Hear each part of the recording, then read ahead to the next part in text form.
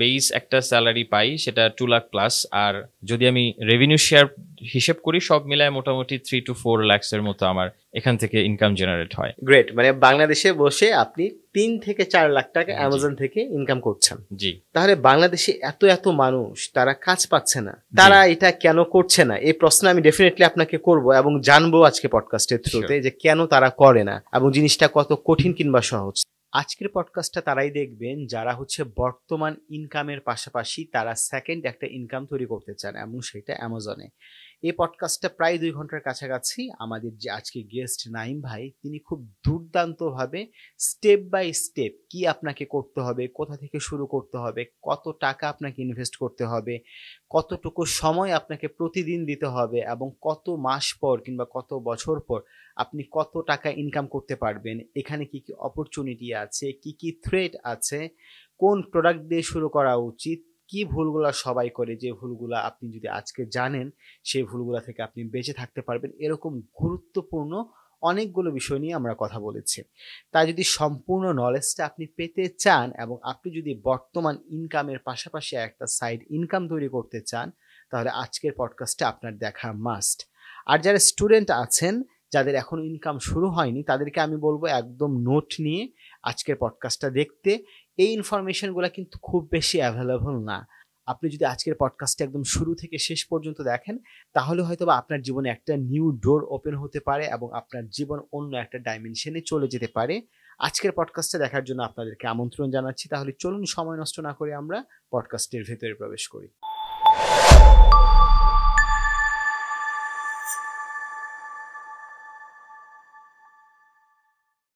নাইম ভাই, আপনি বাংলাদেশে বসে অ্যামাজনে বিজনেস করছেন এবং প্রত্যেক মাসে একটা ভালো টাকা ইনকাম করছেন। আপনি আমাদেরকে একটু বলেন যে প্রত্যেক মাসে কেমন টাকা আপনি বাংলাদেশে বসে অ্যামাজনের সাথে বিজনেস করে ইনকাম করছেন।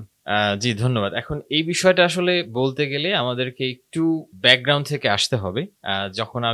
কারণ আমি যখন প্রথম শুরু করি 2018-র দিকে, তখন আমি ক্লায়েন্টদের সাথে কাজ করার মাধ্যমে শুরু করি। তো তারও আগের স্টোরি হয়তো আমরা আস্তে ধীরে সামনে জানবো। তো যখন আমি শুরু করি তখন আমার লার্নিং ফেজ ছিল, তো অনেক স্ট্রাগল করতে করতে ধরেন আমিও শিখছি।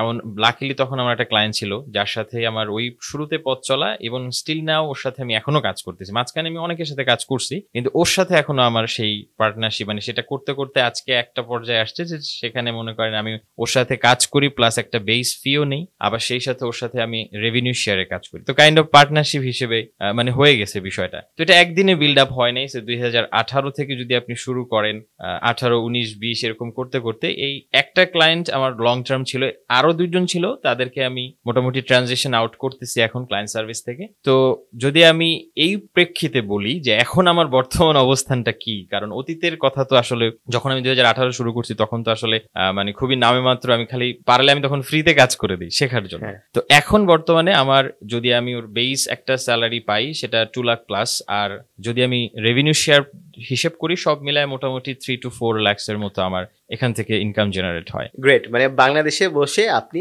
3 থেকে 4 লাখ টাকা অ্যামাজন থেকে ইনকাম করছেন। জি। তাহলে বাংলাদেশে এত এত মানুষ তারা কাজ পাচ্ছে না, তারা এটা কেন করছে না, এই প্রশ্ন আমি ডেফিনেটলি আপনাকে করব এবং জানবো আজকে পডকাস্টের থ্রুতে যে কেন তারা করে না এবং জিনিসটা কত কঠিন কিংবা সহজ। তার আগে একটু জানতে চাই যে আপনি কিভাবে এই অ্যামাজনে যে আসলে বিজনেস করা যায় কিংবা ক্লায়েন্ট সার্ভিস দেয়া যায়, আপনি কখন কিভাবে জানলেন, আপনি এই প্রফেশনে কিভাবে আসলেন?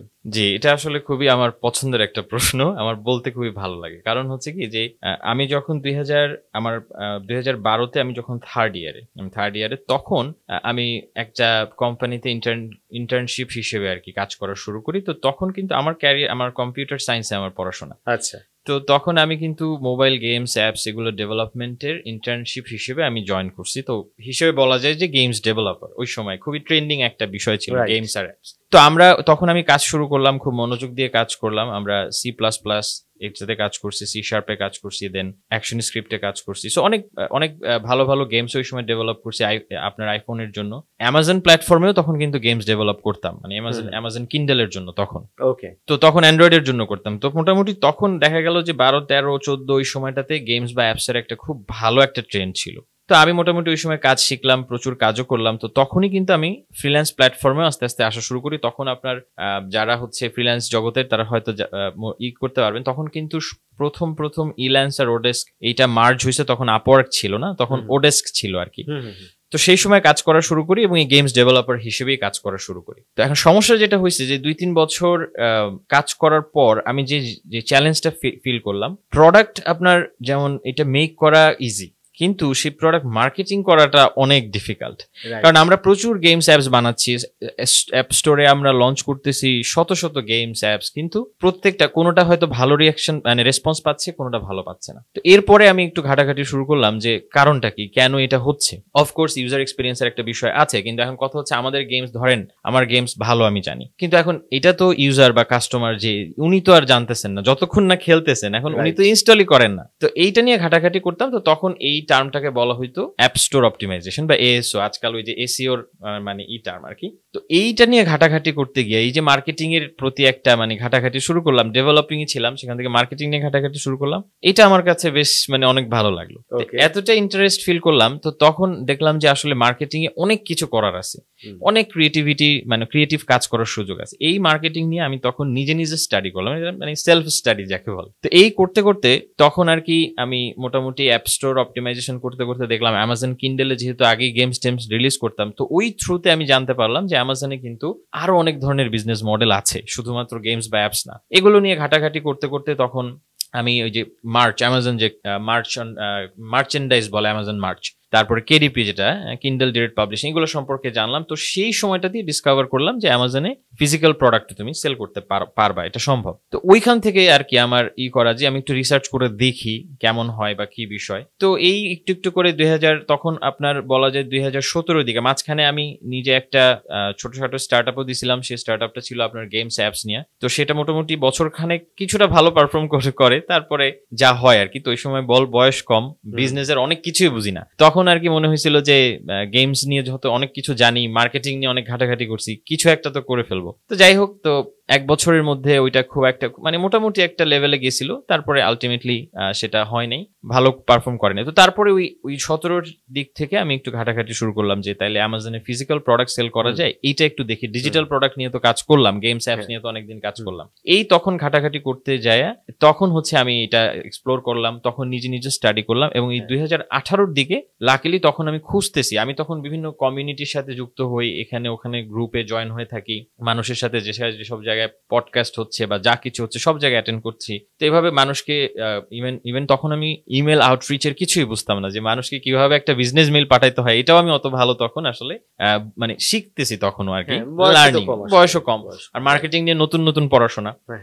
তো তখন আমি যাতায় ইমেল পাঠাইতাম এই মানুষকে খুঁজে খুঁজে যে এরকম আমি কাজ করে দিতে চাই, ফ্রিতে তোমার কাজ করে দিবে। এই করতে করতে হঠাৎ করে এরকম একদিন আমার ভাগ্য ভালো যে আমি এমন একজন ক্লায়েন্ট পাইলাম যে ও নতুন স্টার্ট করতেছে, সো ওর বিজনেস একদম নতুন আর আমিও শিখবো। তো ও আমার সাথে কথা বললো, ওরও ভালো লাগলো, আমারও ভালো লাগলো। এই ব্যাস আমাদের একটা কথাবার্তা, ওই ইউএস এর। তো এই আমাদের কথাবার্তা হইলো, কথাবার্তা ও আমার ভালো লাগলো, আমারও ভালো লাগলো। তো ও জানলো যে আমি তেমন বেশি কিছু পারি না, সেলফ স্টাডি করতেছি। তো ও বললো যে চলো একসাথে করি, তোমারও শেখা হবে আর আমারও। কারণ তখন ও যেটা ও হচ্ছে তখন নতুন স্টার্ট করতেছে, অনলাইন জগতের সাথে অতটাও মানে না পরিচিত না। বয়স কেমন ছিল? বয়স ভালোই ছিল, 35-36 এরকম। ওইটা ওনার কি ফার্স্ট মানে ওইটা ওনার কি বিজনেসের পাশাপাশি সাইড হ্যাসেল ছিল নাকি? ওইটা না ওইটা হ্যাঁ কাইন্ড অফ সাইড হ্যাসেল ছিল, কারণ হচ্ছে ওর মেইন বিজনেস আরেকটা ছিল পাশাপাশি। তো ও তখন বললো যে ঠিক আছে তাহলে নাইম চলো আমরা শুরু করি, তুমিও তোমাকে মানে আমিও তোমাকে সাপোর্ট দিব, তুমিও আমাকে সাপোর্ট দিবে, এইভাবে আমরা চলো আগাই। তো এইখানে আমার স্টার্টিং।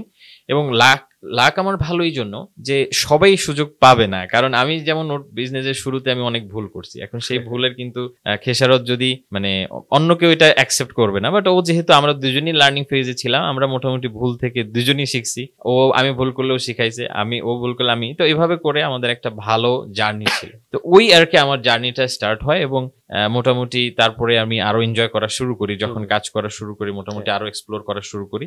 আর তারপরেই তো একটা সময় গিয়ে বুঝলাম যে না আসলে লার্নিং এর পিছনে আসলে আরো সময় দিতে হবে, ইনভেস্ট করতে হবে। তো এই আর কি, এইভাবেই মোটামুটি আমার মানে একটা ক্যারিয়ার 360 ডিগ্রি অ্যাঙ্গেলে ঘুরে আসলে চলে আসছে তখন কি আপনার পড়াশোনা শেষ হয়েছে? হ্যাঁ, আমার পড়াশোনা শেষ হয়ে গেছে। জি জি। আপনি তখন কত টাকা ইনকাম করতেন ওনাকে সাপোর্ট দিয়ে? তখন আমার ইনকাম ছিল $500 মতো। $500, হ্যাঁ $500 মতো। জি।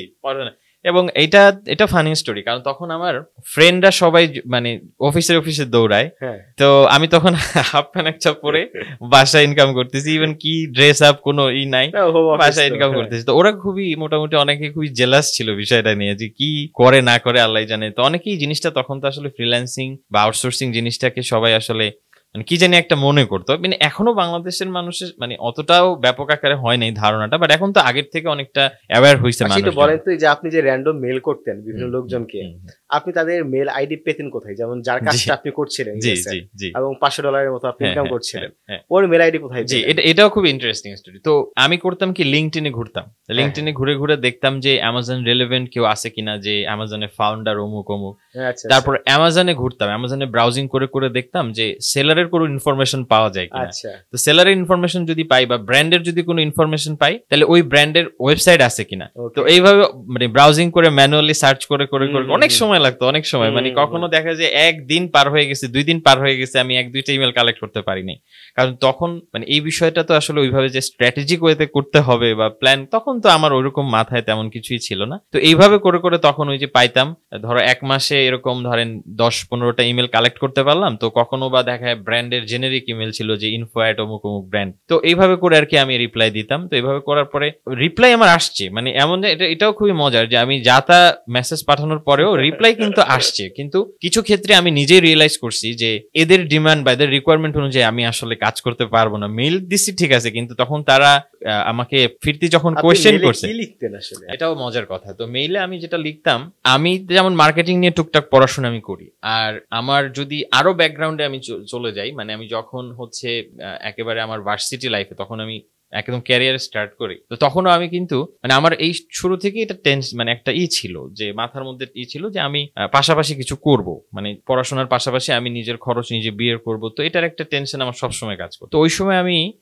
কোল্ড কলিং এর কাজও করছি বাংলাদেশে। তো ওই কোল্ড কলিং এর কাজ করতে যায় আমার কিছু এক্সপেরিয়েন্স হয়েছে, কারণ ওইটা তো ফার্স্ট টাইম ছিল আমার। ওইটা আমার একটা ইন্ডিয়ান কোম্পানি, ওরা হচ্ছে ফার্ম গেটে ওদের অফিস ছিল। তো আমার মানে শিফটিংটা ছিল হচ্ছে রাতে। তো ওইটাও প্রায় মাসখানেক আমি করছি। তো ওইটাতে আমার ওইখান থেকে যে অভিজ্ঞতাটা, ওইটা লোকাল কোল্ড কলিং ছিল না বাইরের কোল্ড কলিং। হ্যাঁ, বাইরের কোল্ড কলিং। ওরা কি করতো, ওরা আসলে ওদের বিজনেস ইথিক্যাল বিজনেস ছিল না। ওরা কি করতো, মানুষকে মানে একটু ভয় দেখানো চেষ্টা করে ওই মানুষকে হচ্ছে দিয়ে ওই অ্যান্টিভাইরাসের বা ইসের যে কপিগুলো, উইন্ডোজের যে কপিগুলা, সেগুলো ওরা আর কি পারচেস করাইতো।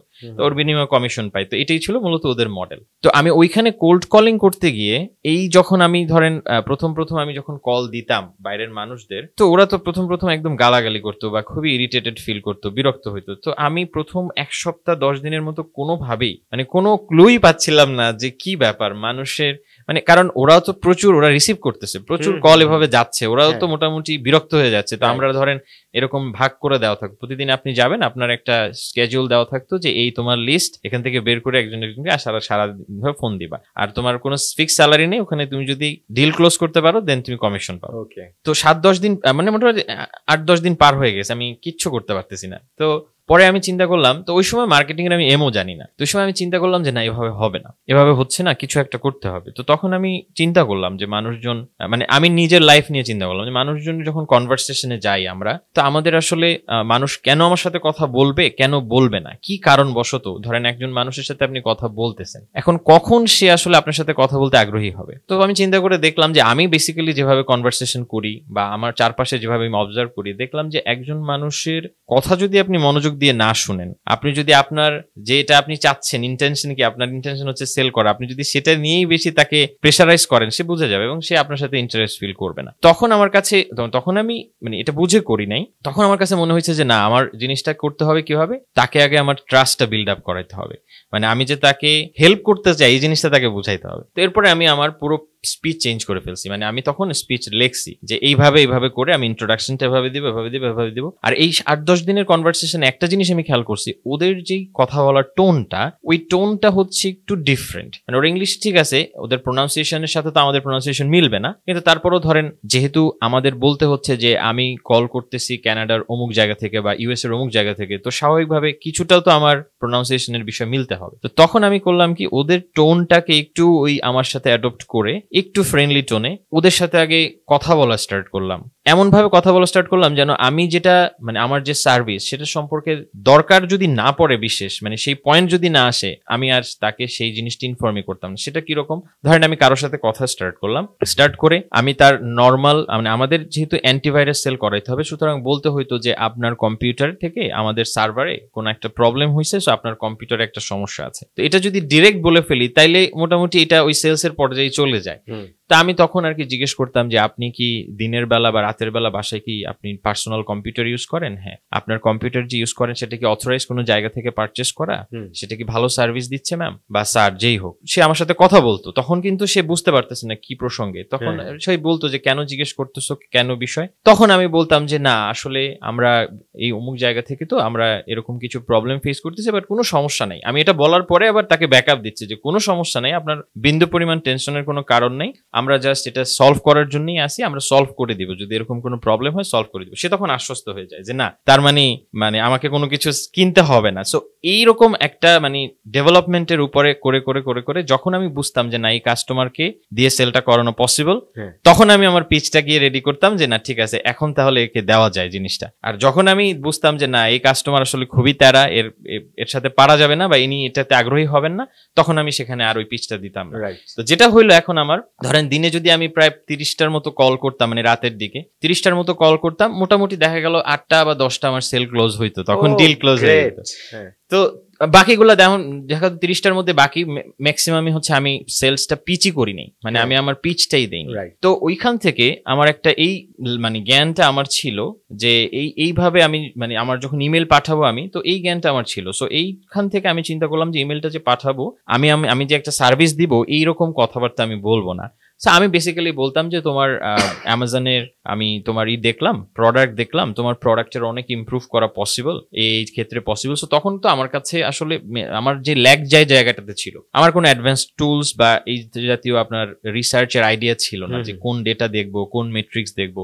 তো আমি মোটামুটি ম্যানুয়ালি যতটুকু করা যায় ওইটার উপরে বেস করে আমি তাকে অ্যাপ্রোচ করতাম। তো আমি তাকে কিছু জেনারেল সাজেশন দিতাম যে তোমার প্রোডাক্টের এই জায়গায় হয়তো ইমপ্রুভ করা যায়, বা তোমার প্রোডাক্ট সম্পর্কে কাস্টমার বাজে রিভিউ দিচ্ছে ওইটা ঠিক করা যায়। তো এইরকম কিছু জেনারেল জায়গাগুলো পয়েন্ট আউট করতাম যে এগুলা আমি তোমার সাথে কাজ করতে চাই, এগুলাতে আমি হেল্প করতে পারি, তুমি ইন্টারেস্টেড কিনা। তো এইভাবে করতাম। পরে আবার একটু চেঞ্জ করে এভাবেও বলতাম যে আমি তোমার জন্য একটা ফ্রি অডিট করে দিতে চাই, বা ফ্রি তোমার একটা আমি সাজেশন বিল্ড আপ করছি, একটা তৈরি করছি, তুমি যদি আগ্রহী থাকো তাহলে আমি তোমাকে ফ্রিতে পাঠাই দেবো।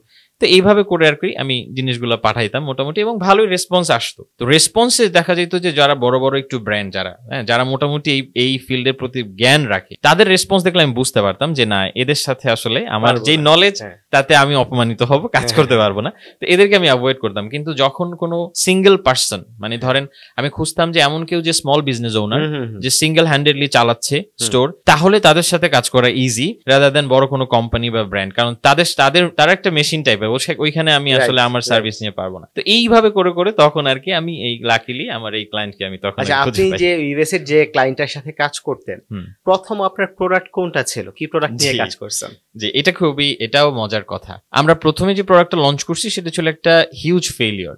তো আমরা একটা কফি মগ নিয়ে স্টার্ট করছিলাম। হ্যাঁ, তো কফি মগ হচ্ছে কাইন্ড অফ একটা কমোডিটি প্রোডাক্ট। এখন একটা প্রোডাক্টের ক্ষেত্রে আপনি মানে এটা একটা লাইফ, এটাও লেসন, মানে সবকিছুই তো আসলে প্র্যাকটিক্যালি করা থেকে শেখা। হ্যাঁ, তো একটা বিষয় কি যে বিজনেসের ক্ষেত্রে যদি আপনি কখনো প্রাইসিং কম্পিটিশনে যান, it's already a losing game. Already a losing game, কারণ একমাত্র উইনার সেই যে ওই প্রোডাক্ট ম্যানুফ্যাকচার করে। মানে আপনি অলরেডি লসেই আছেন এবং এই বিজনেস কখনো আপনি সাস্টেইন করতে পারবেন না। তো আমরা সেটা লঞ্চ করলাম। এটার আমরা যে প্রাইস ছিল এটা খুবই মানে ক্রেজি একটা স্টুপিড একটা কাজ। তো আমরা $5 বিক্রি করলাম। তো অ্যামাজন কিছু ফিস চার্জ করে, সবকিছু বাদ দিয়ে আমাদের হয়তো কয়েক সেন্ট মাত্র প্রফিট থাকে।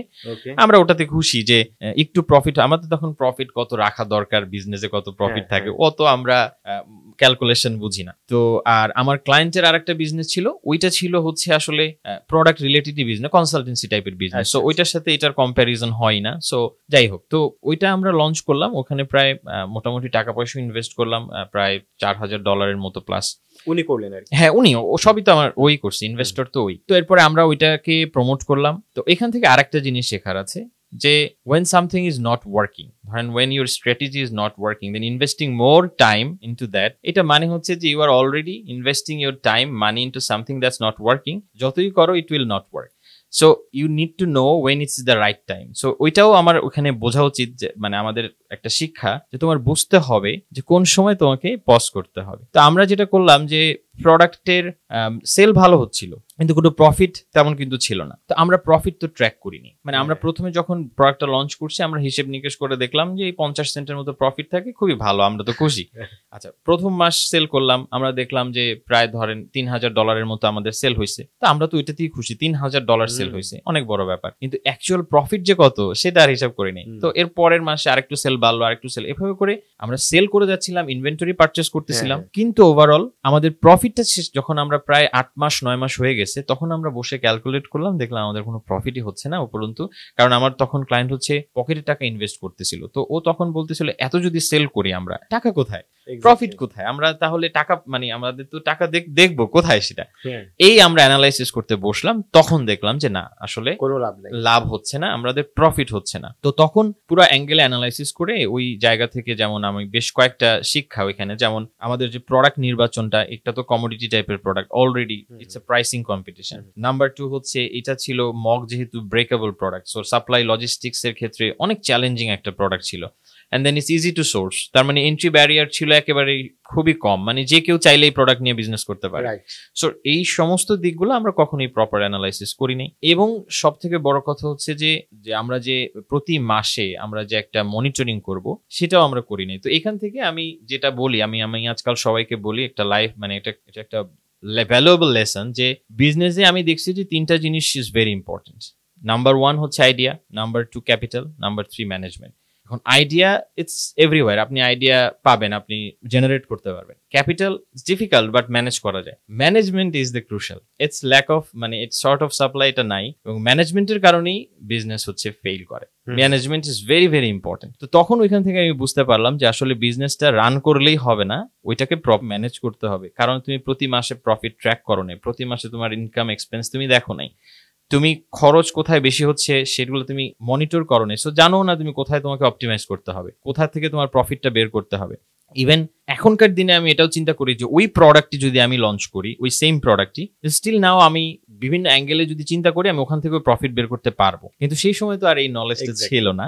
তো এই জন্য বিষয়টা হচ্ছে যে management is very very important. এখানে যে মানে জ্যাক মা একটা কথা বলছিল যে I know nothing about technology, I know nothing about computer, so all I know about যে smart people, how to manage smart people, মানে কিছু স্মার্ট পিপল একসাথে কাজ করবে। আমি জাস্ট এই যে ম্যানেজমেন্ট জিনিসটা, ইটস ভেরি ক্রুশাল বিজনেসের ক্ষেত্রে। এবং এইটা যদি আপনি ডেভেলপ করতে পারেন এবং এটা যদি আপনি ইমপ্রুভ করতে পারেন নিজেকে, দেন আপনার মনে করেন যে বিজনেস, এটা একটা গ্যারান্টি যে আপনি ভালো কিছু একটা করতে পারবেন। তখন কত আপনি যে $3,000 পর্যন্ত সেল করতেন, এটা কি আরো বেড়েছিল তখন, নাকি এটাই হাইয়েস্ট? না, এটা প্রায় মগের কথা বলছি। জি, এটা প্রায় 10K প্লাসও সেল হয়েছে।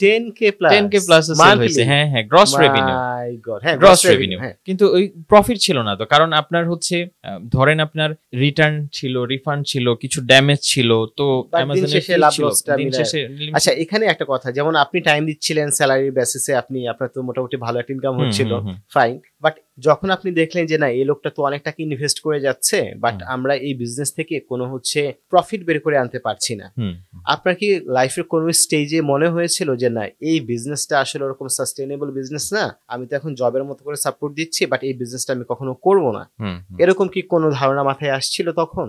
না, আমার এরকম ধারণা মাথায় আসেনি। 2019-এর দিকে তখন আমার গিয়ে মাথায় আসলো একটা জিনিস, যে আমি তখন ক্লায়েন্টের সাথে কাজ করতেছি, তো অ্যাজ অ্যান এমপ্লয়ি, তো তখন আমার মাথায় আসছে যে না, বিজনেসের অনেক কিছুই আমার বোঝা দরকার। একটা ট্রু বিজনেস পার্সন বা বিজনেস ওনার কিভাবে চিন্তা করে, সেটা আমাদের চিন্তা করা দরকার। আর আরো একটা বিষয় বলে রাখি, আমরা যে একটা প্রোডাক্টই পুশ করে গেছি তাও না, মাঝখানে আরো কিছু প্রোডাক্ট লঞ্চ করছি এবং সেগুলা কম বেশি লাভে ছিল। এমনি আমাদের টোটাল আমরা লসে ছিলাম না। এই যে ফার্স্ট প্রোডাক্ট যেটা সেটাতে আমরা লস করছি, কিন্তু আমাদের 3টা প্রোডাক্ট ছিল, মানে আরো 2টা প্রোডাক্ট এডিশনাল ছিল যেগুলোতে আমরা মোটামুটি প্রোডাক্ট ছিল, যেগুলোতে আমরা মোটামুটি লাভ করছি। একটা ছিল হচ্ছে আপনার ওয়াটার বটল, আর আরেকটা ছিল হচ্ছে গিফট টাইপের একটা প্রোডাক্ট। তো ওগুলাতে আমরা মোটামুটি লাভে ছিলাম, কিন্তু এই স্পেসিফিক প্রোডাক্টটাতে আমরা লাভে ছিলাম না। তো যাই হোক, সেটা আমার কখনো মাথায় আসেনি, কিন্তু একটা জিনিস আমার মাথায় আসছে, সেটা হচ্ছে যে ধরেন আমি যদি এখানে আমি ভালো করতে চাই, বা আমি যদি রিয়েলি একটা ক্লায়েন্টকে ওইভাবে বেনিফিট দিতে চাই, ভ্যালু প্রোভাইড করতে চাই, তাহলে আমাকে আসলে মানে বুঝতে হবে, ব্যবসাটা বুঝতে হবে। তো এইখান থেকে আমার মাথায় আসছে যে ভিএ হিসেবে কাজ করতে যেয়ে আপনি কখনোই বিজনেসটাকে ওন করতে পারবেন না। এটা আসলে হয় না যতক্ষণ পর্যন্ত না আপনি নিজের পকেট থেকে টাকা খরচ করবেন। ধরেন আপনি ক্লায়েন্টের টাকা লস হইলো, ক্লায়েন্টের কষ্ট হচ্ছে, আপনার ক্লায়েন্টের কষ্ট হচ্ছে, কিন্তু আপনি ফিল করবেন না, আপনার কষ্ট হচ্ছে, আপনি বুঝতে পারতেছেন, ক্লায়েন্টের ফিল করবেন, কষ্টটা বুকে লাগবে না। তো এরপরে আমি যখন শুরু করলাম, শুরু করার পরে আমি কিন্তু অনেক টাকা লস করছি, এবং প্রায় 8,000 পাউন্ডের মতো, 8,000 পাউন্ডের মতো, 8,000 পাউন্ডের মতো লস করছি। কিন্তু তখনও আমি কিন্তু এইটা কখনো চিন্তা করি নাই, মোর দেন 10 লাখ টাকার মোর দেন 10 লাখ টাকা। তখনও কিন্তু আমি এটা চিন্তা করি নাই যে এই business is not for me, বা এই বিজনেস ইজ, কারণ আমার একটা জিনিস মাথায় ছিল, দেখেন বিষয়টা হচ্ছে যে একটা ব্যবসায় আপনি সফল না হইতে পারেন, আরেকজন হচ্ছে, তাই না? তার মানে ব্যবসা সমস্যা না, সমস্যাটা হচ্ছে স্ট্র্যাটেজিতে। তার মানে আপনি কোনো কারণে সাকসেসফুল হন নাই, তার কারণ এইটা না যে ওই ব্যবসা কাজ করতেছে না, কারণ হচ্ছে যে আপনি রাইট টাইমে রাইট স্ট্র্যাটেজিটা নিতে পারেননি। সো এইটা আমি মোটামুটি আমি বিশ্বাস করি সবসময়। তো এই জন্য আমি কি করলাম, যখন প্রায় আমার এত টাকা আমি লস করলাম, আমি নিজের বিজনেস স্টার্ট করলাম। সো আমি তার আগে বেশ কিছু এক্সপেন্সিভ কিছু আমার লার্নিং প্রোগ্রামে আমি এনরোল করেছিলাম। তো লার্নিং এর পিছনে আমি একটু একটু করে ইনভেস্ট করতেছি। তখন আমি একটু বলা যায় না, ভালোই বলা যাবে। তো বলেন তো আইডিয়া দেন। হ্যাঁ, মোটামুটি $4-5,000 মতো আমি লার্নিং এর পিছনে ইনভেস্ট করলাম। হ্যাঁ, লার্নিং এর পিছনে। এর ভিতরে 50% হচ্ছে আমার ক্লায়েন্ট আমাকে বিয়ার করলো, আর 50% আমি দিলাম। হ্যাঁ, অনলাইন প্রোগ্রাম সব। হ্যাঁ, অনলাইন প্রোগ্রাম। সব কি লাইভ ছিল না রেকর্ডেড ছিল? না, কিছু রেকর্ডেড ছিল, কিছু লাইভ ছিল। ওকে। এত এক্সপেন্সিভ প্রোগ্রাম করার পর যখন আমি রিয়েল লাইফে প্রোডাক্ট লঞ্চ করলাম, আমি দেখলাম যে বাস্তবে আর থিওরিতে জিনিসটা আসলে ম্যাচ হচ্ছে না, কোথাও না কোথাও গ্যাপ আছে। তো আমি তারপরে বসলাম অ্যানালাইসিস করতে, যে না, এভাবে তো আসলে লস করে। আর Amazon is a cash intensive business, এবং আপনি যদি বলেন যে একটু দেখির মধ্যে এই বিজনেস আপনার হাত থেকে বের হয়ে যাইতে পারে। সো আপনাকে এটা অলওয়েজ মনিটরিং এর উপরে থাকতে হবে। সো আমি তখন আর কি আমার যে এই যে স্প্যানটা, যেটা খুব বেশি দিন, এটা একটু ব্যাখ্যা করে বলেন যে একটু দেখি। হ্যাঁ, বিজনেস বের হয়ে যাবে, আসলে বিষয়টা কি?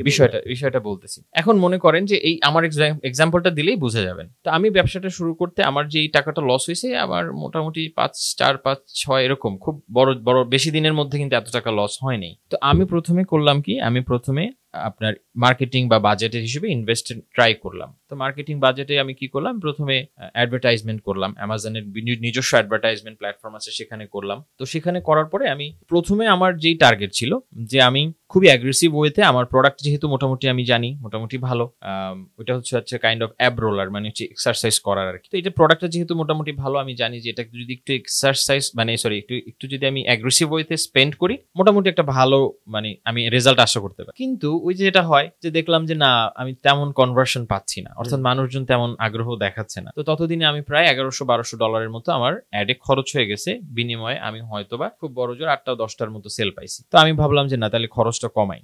টিপিক্যাল চিন্তা আমার এখানে, সবগুলো থেকে আসলে লাইফ লেসন্স এগুলো। তো এরপর আমি চিন্তা করলাম যে না, অ্যাডে তাহলে হচ্ছে না, অ্যাডে তার মানে আমারটা কাজ হচ্ছে না, তাহলে কি করি, তাহলে অ্যাডের বাজেটটা কমে আমি অন্য কিছু চিন্তা করি। তখন আমি চিন্তা করলাম কি, যে এক কাজ করি, তাহলে দেখি যে কমিউনিটি বেসড মার্কেটিং করা যায় কিনা, অ্যাফিলিয়েট যারা করে তাদের সাথে একটু রিচ আউট করি। তো তাদের সাথে রিচ আউট করলাম, কিছু বড় অ্যাফিলিয়েট কিছু সাইট ছিল, তাদের সাথে কথা বললাম, তাদের কিছু টাকাও দিলাম। তো সেখানে আমি প্রায় $1,500-2,000 মতো খরচ করছি। তো তারাও মোটামুটি মার্কেটিং করলো, সেখানে আমার তেমন কোনো রেসপন্স আসলো না। তো তারপরে আমি আরেকটা বোল্ড স্টেপ নিলাম, সেটা হচ্ছে যে তখন হচ্ছে আমার এই এক্সারসাইজ রিলেটেড, ব্লগ রিলেটেড একটা বড় সড়ো আমার এই বিজনেস ছিল UK based. So UK based তখন একটা এই ধরনের বড় আপনার আর্টিকেল কোম্পানি ছিল। তো আমার একটা মানে ক্লায়েন্টের থ্রুতে আবার তার রেফারেন্স পেয়ে আমি তাদের সাথেও কথা বলি। তো তারা হচ্ছে আমার ছিল যে মাসে তারা 2টা পোস্ট করবে, বিনিময়ে তারা একটা ভালো চার্জ নেবে, এবং সেলস যদি হয় তারা আপনার বেশ কিছু পার্সেন্টেজ নিবে। তো চার্জটা ছিল মনে হয় অ্যারাউন্ড $1200 বা $1300 মতো। সেখানে আমি ইনভেস্ট করলাম। তো ইনভেস্ট করে সেখানে আমার যেটা ছিল যে সব মিলাই জিলে আমি ব্রেক ইভেনেও নাই, মানে আমার সেল ওখান থেকে কিছুটা আসছে, কিন্তু ধরেন আমি টোটাল আমার ওখানে খরচ গেছে সব মিলে, আমি যদি ওদের কমিশন ধরি হয়তো $1600-1700 চলে গেছে, কিন্তু আমি সব মিলায় হয়তো বা $1100-1200 মতো সেল জেনারেট করতে পারছি। তার মানে এখানে আমি প্রায় $500-700 মতো আমার লস হয়েছে। তো আমি দেখলাম এটাও আমার কাজ করলো না। আমি তারপরে বললাম যে আচ্ছা এটাও যখন কাজ করেন এটাও কাজ করে না, তখন ওই যে ফেসবুক কমিউনিটি বেসড মার্কেটিং, যেটা ফেসবুক যারা ইনফ্লুয়েন্সার বা যারা থাকে, তো এদেরকে রিচ আউট করি, এদের মাধ্যমে করি। তো এদেরকে আমি কি করলাম, তখন আমি প্রায় 50 জন না 60 জনের মতো এদের সাথে কথা বললাম। তাদের মধ্যে কিছু ছিল মানে ডোমেস্টিক, মানে ইউকে ডোমেস্টিক কিছু ছিল ইন্টারন্যাশনাল। তো আমি এদেরকে প্রোডাক্ট শিপ করলাম, মানে আমার 50টা ইউনিট প্রায় আমি ফ্রিতে এদেরকে দিয়ে দিলাম। তার মানে ওখানে আমার লস এক্সপেরিয়েন্স করার জন্য। এখানে আমি দেখলাম যে তাদের মধ্যে ম্যাক্সিমামই মানে খুব 2-3 জন আমার আসলে মানে শেষ পর্যন্ত আমাকে আর কি পোস্ট করছে, তারা মানে কিছু একটা পোস্ট করছে, যদিও রেজাল্ট কিছু আসে নাই। তো এদের মধ্যে 2-3 জন পোস্ট করছে এবং কিছু ছিল অনেক বড় মাপের যারা আপনার ইনফ্লুয়েন্সার। তো তাদেরকে আমি কিছু টাকাও দিছি। তারা টাকা পয়সা নেওয়ার পরেও যেমন তারা ওই সময় আসলে এগুলো মনিটরিং করার মতো এতটা তো টুলস ছিল না, তখন সবই কনভারসেশনাল ছিল। তো সেখানেও আমি বেশ ভালো একটা লস করছি। এখন এত কিছু করার পরেও মোটামুটি, আর এদিকে অ্যাডের খরচ তো চলতেই আছে, আমার অ্যামাজনের অ্যাড তো রান হচ্ছে, প্রত্যেক মাসে কত খরচ ওইটা তখন আমি খরচ কমাই দিয়ে আসছি। তখন প্রত্যেক মাসে আমার অন অ্যান এভারেজ আপনার প্রায় তাও $300-400 মতো খরচ করতাম। তো $300-400 খরচ করতাম, আমি হয়তো $200 মতো সেল পাইতাম, বা কোনো মাসে হয়তো একটু ভালো হলে ব্রেক ইভেনে থাকতাম, মানে $400 সেল পাইতাম। কিন্তু সেল পাইলেই তো হবে না, আমার তো প্রফিট থাকতে হবে। রাইট। তো আমার তো আদার কস্ট আছে, কারণ আমি যদি $400 খরচ করে $400 সেল জেনারেট করি তাও তো আমি লস, কারণ হচ্ছে আমার অ্যামাজনকে দিতে হবে কমিশন, আমার প্রোডাকশন কস্ট আছে, আমার সাপ্লাই চেইনের কস্ট আছে, সবকিছু বাদ দিয়ে আমার কিছু থাকবে না। তো এরপরে এত কিছু করার পর আমি এরপরে ভাবলাম যে না, কোথাও না কোথাও তো গ্যাপ আছে, আমি তো আসলে ধরতে পারতেছি না। এই তখন আমি অ্যানালাইসিস করলাম, তখন গিয়ে আমি রিয়েলাইজ করলাম যে সমস্যা আসলে কোনো মানে এই মানে ইসে না, অ্যাডে না। আমি যে এতগুলো ভেঞ্চার বা এতগুলো যে প্রোগ্রাম ট্রাই করলাম, এগুলো কোনোতে প্রবলেম হচ্ছে আমি আমার যে প্রোডাক্ট, তার যে কাস্টমার, তাদের সাথে আমি কানেক্ট করতে পারিনি। সমস্যাটা হচ্ছে কাস্টমারের যে সাইকোলজি, অর্থাৎ আমার প্রোডাক্টটা যাদের জন্য আমি লঞ্চ করব, যে সলিউশনটা যাদের জন্য আমি নিয়ে আসছি, তাদের সাথে আমি আমার প্রোডাক্টের কোথাও তাদেরকে আমি কানেক্ট করতে পারি না। যেমন আমার প্রোডাক্টটা ছিল মোটামুটি মেন যারা মানে মানুষ, মানে পুরুষ যারা, তাদের জন্য, উইমেনদের জন্য না, এইভাবে আমি মার্কেট করছি আর কি। তো যারা মেন তাদের জন্য, এবং যারা মূলত ফিটনেস বা এই জাতীয় জিনিস নিয়ে আগ্রহী যারা। এখন বিষয়টা হচ্ছে একটা জিনিস খেয়াল করেন, মানুষ রিয়্যাক্ট করে বেশিরভাগ কিন্তু ফিয়ারে rather than gain। আপনি যদি কাউকে বলেন যে লুজ 10 কেজি অফ ওয়েট, ওইটাতে বেশি করে যান। আপনি যদি তার বিপরীতে বলেন যে গেইন এ হেলদি লাইফস্টাইল, এটা যতটা না তার কাছে বাঁচবে, তার থেকে যদি আপনি তাকে এটা বলতে পারেন যে তোমার তো ওয়েট 10 কেজি, তুমি কমাও, তুমি তো ওভারওয়েট হয়ে যাচ্ছ, এইটা তার মাথায় বেশি কাজ করবে। আপনি যদি বলেন যে তোমার মাথার চুল পড়ে যাচ্ছে, তুমি তো যে তেল দিচ্ছ ওই তেল বোধহয় ভালো না, এইটা আপনার মাথায় ভালো কাজ করবে।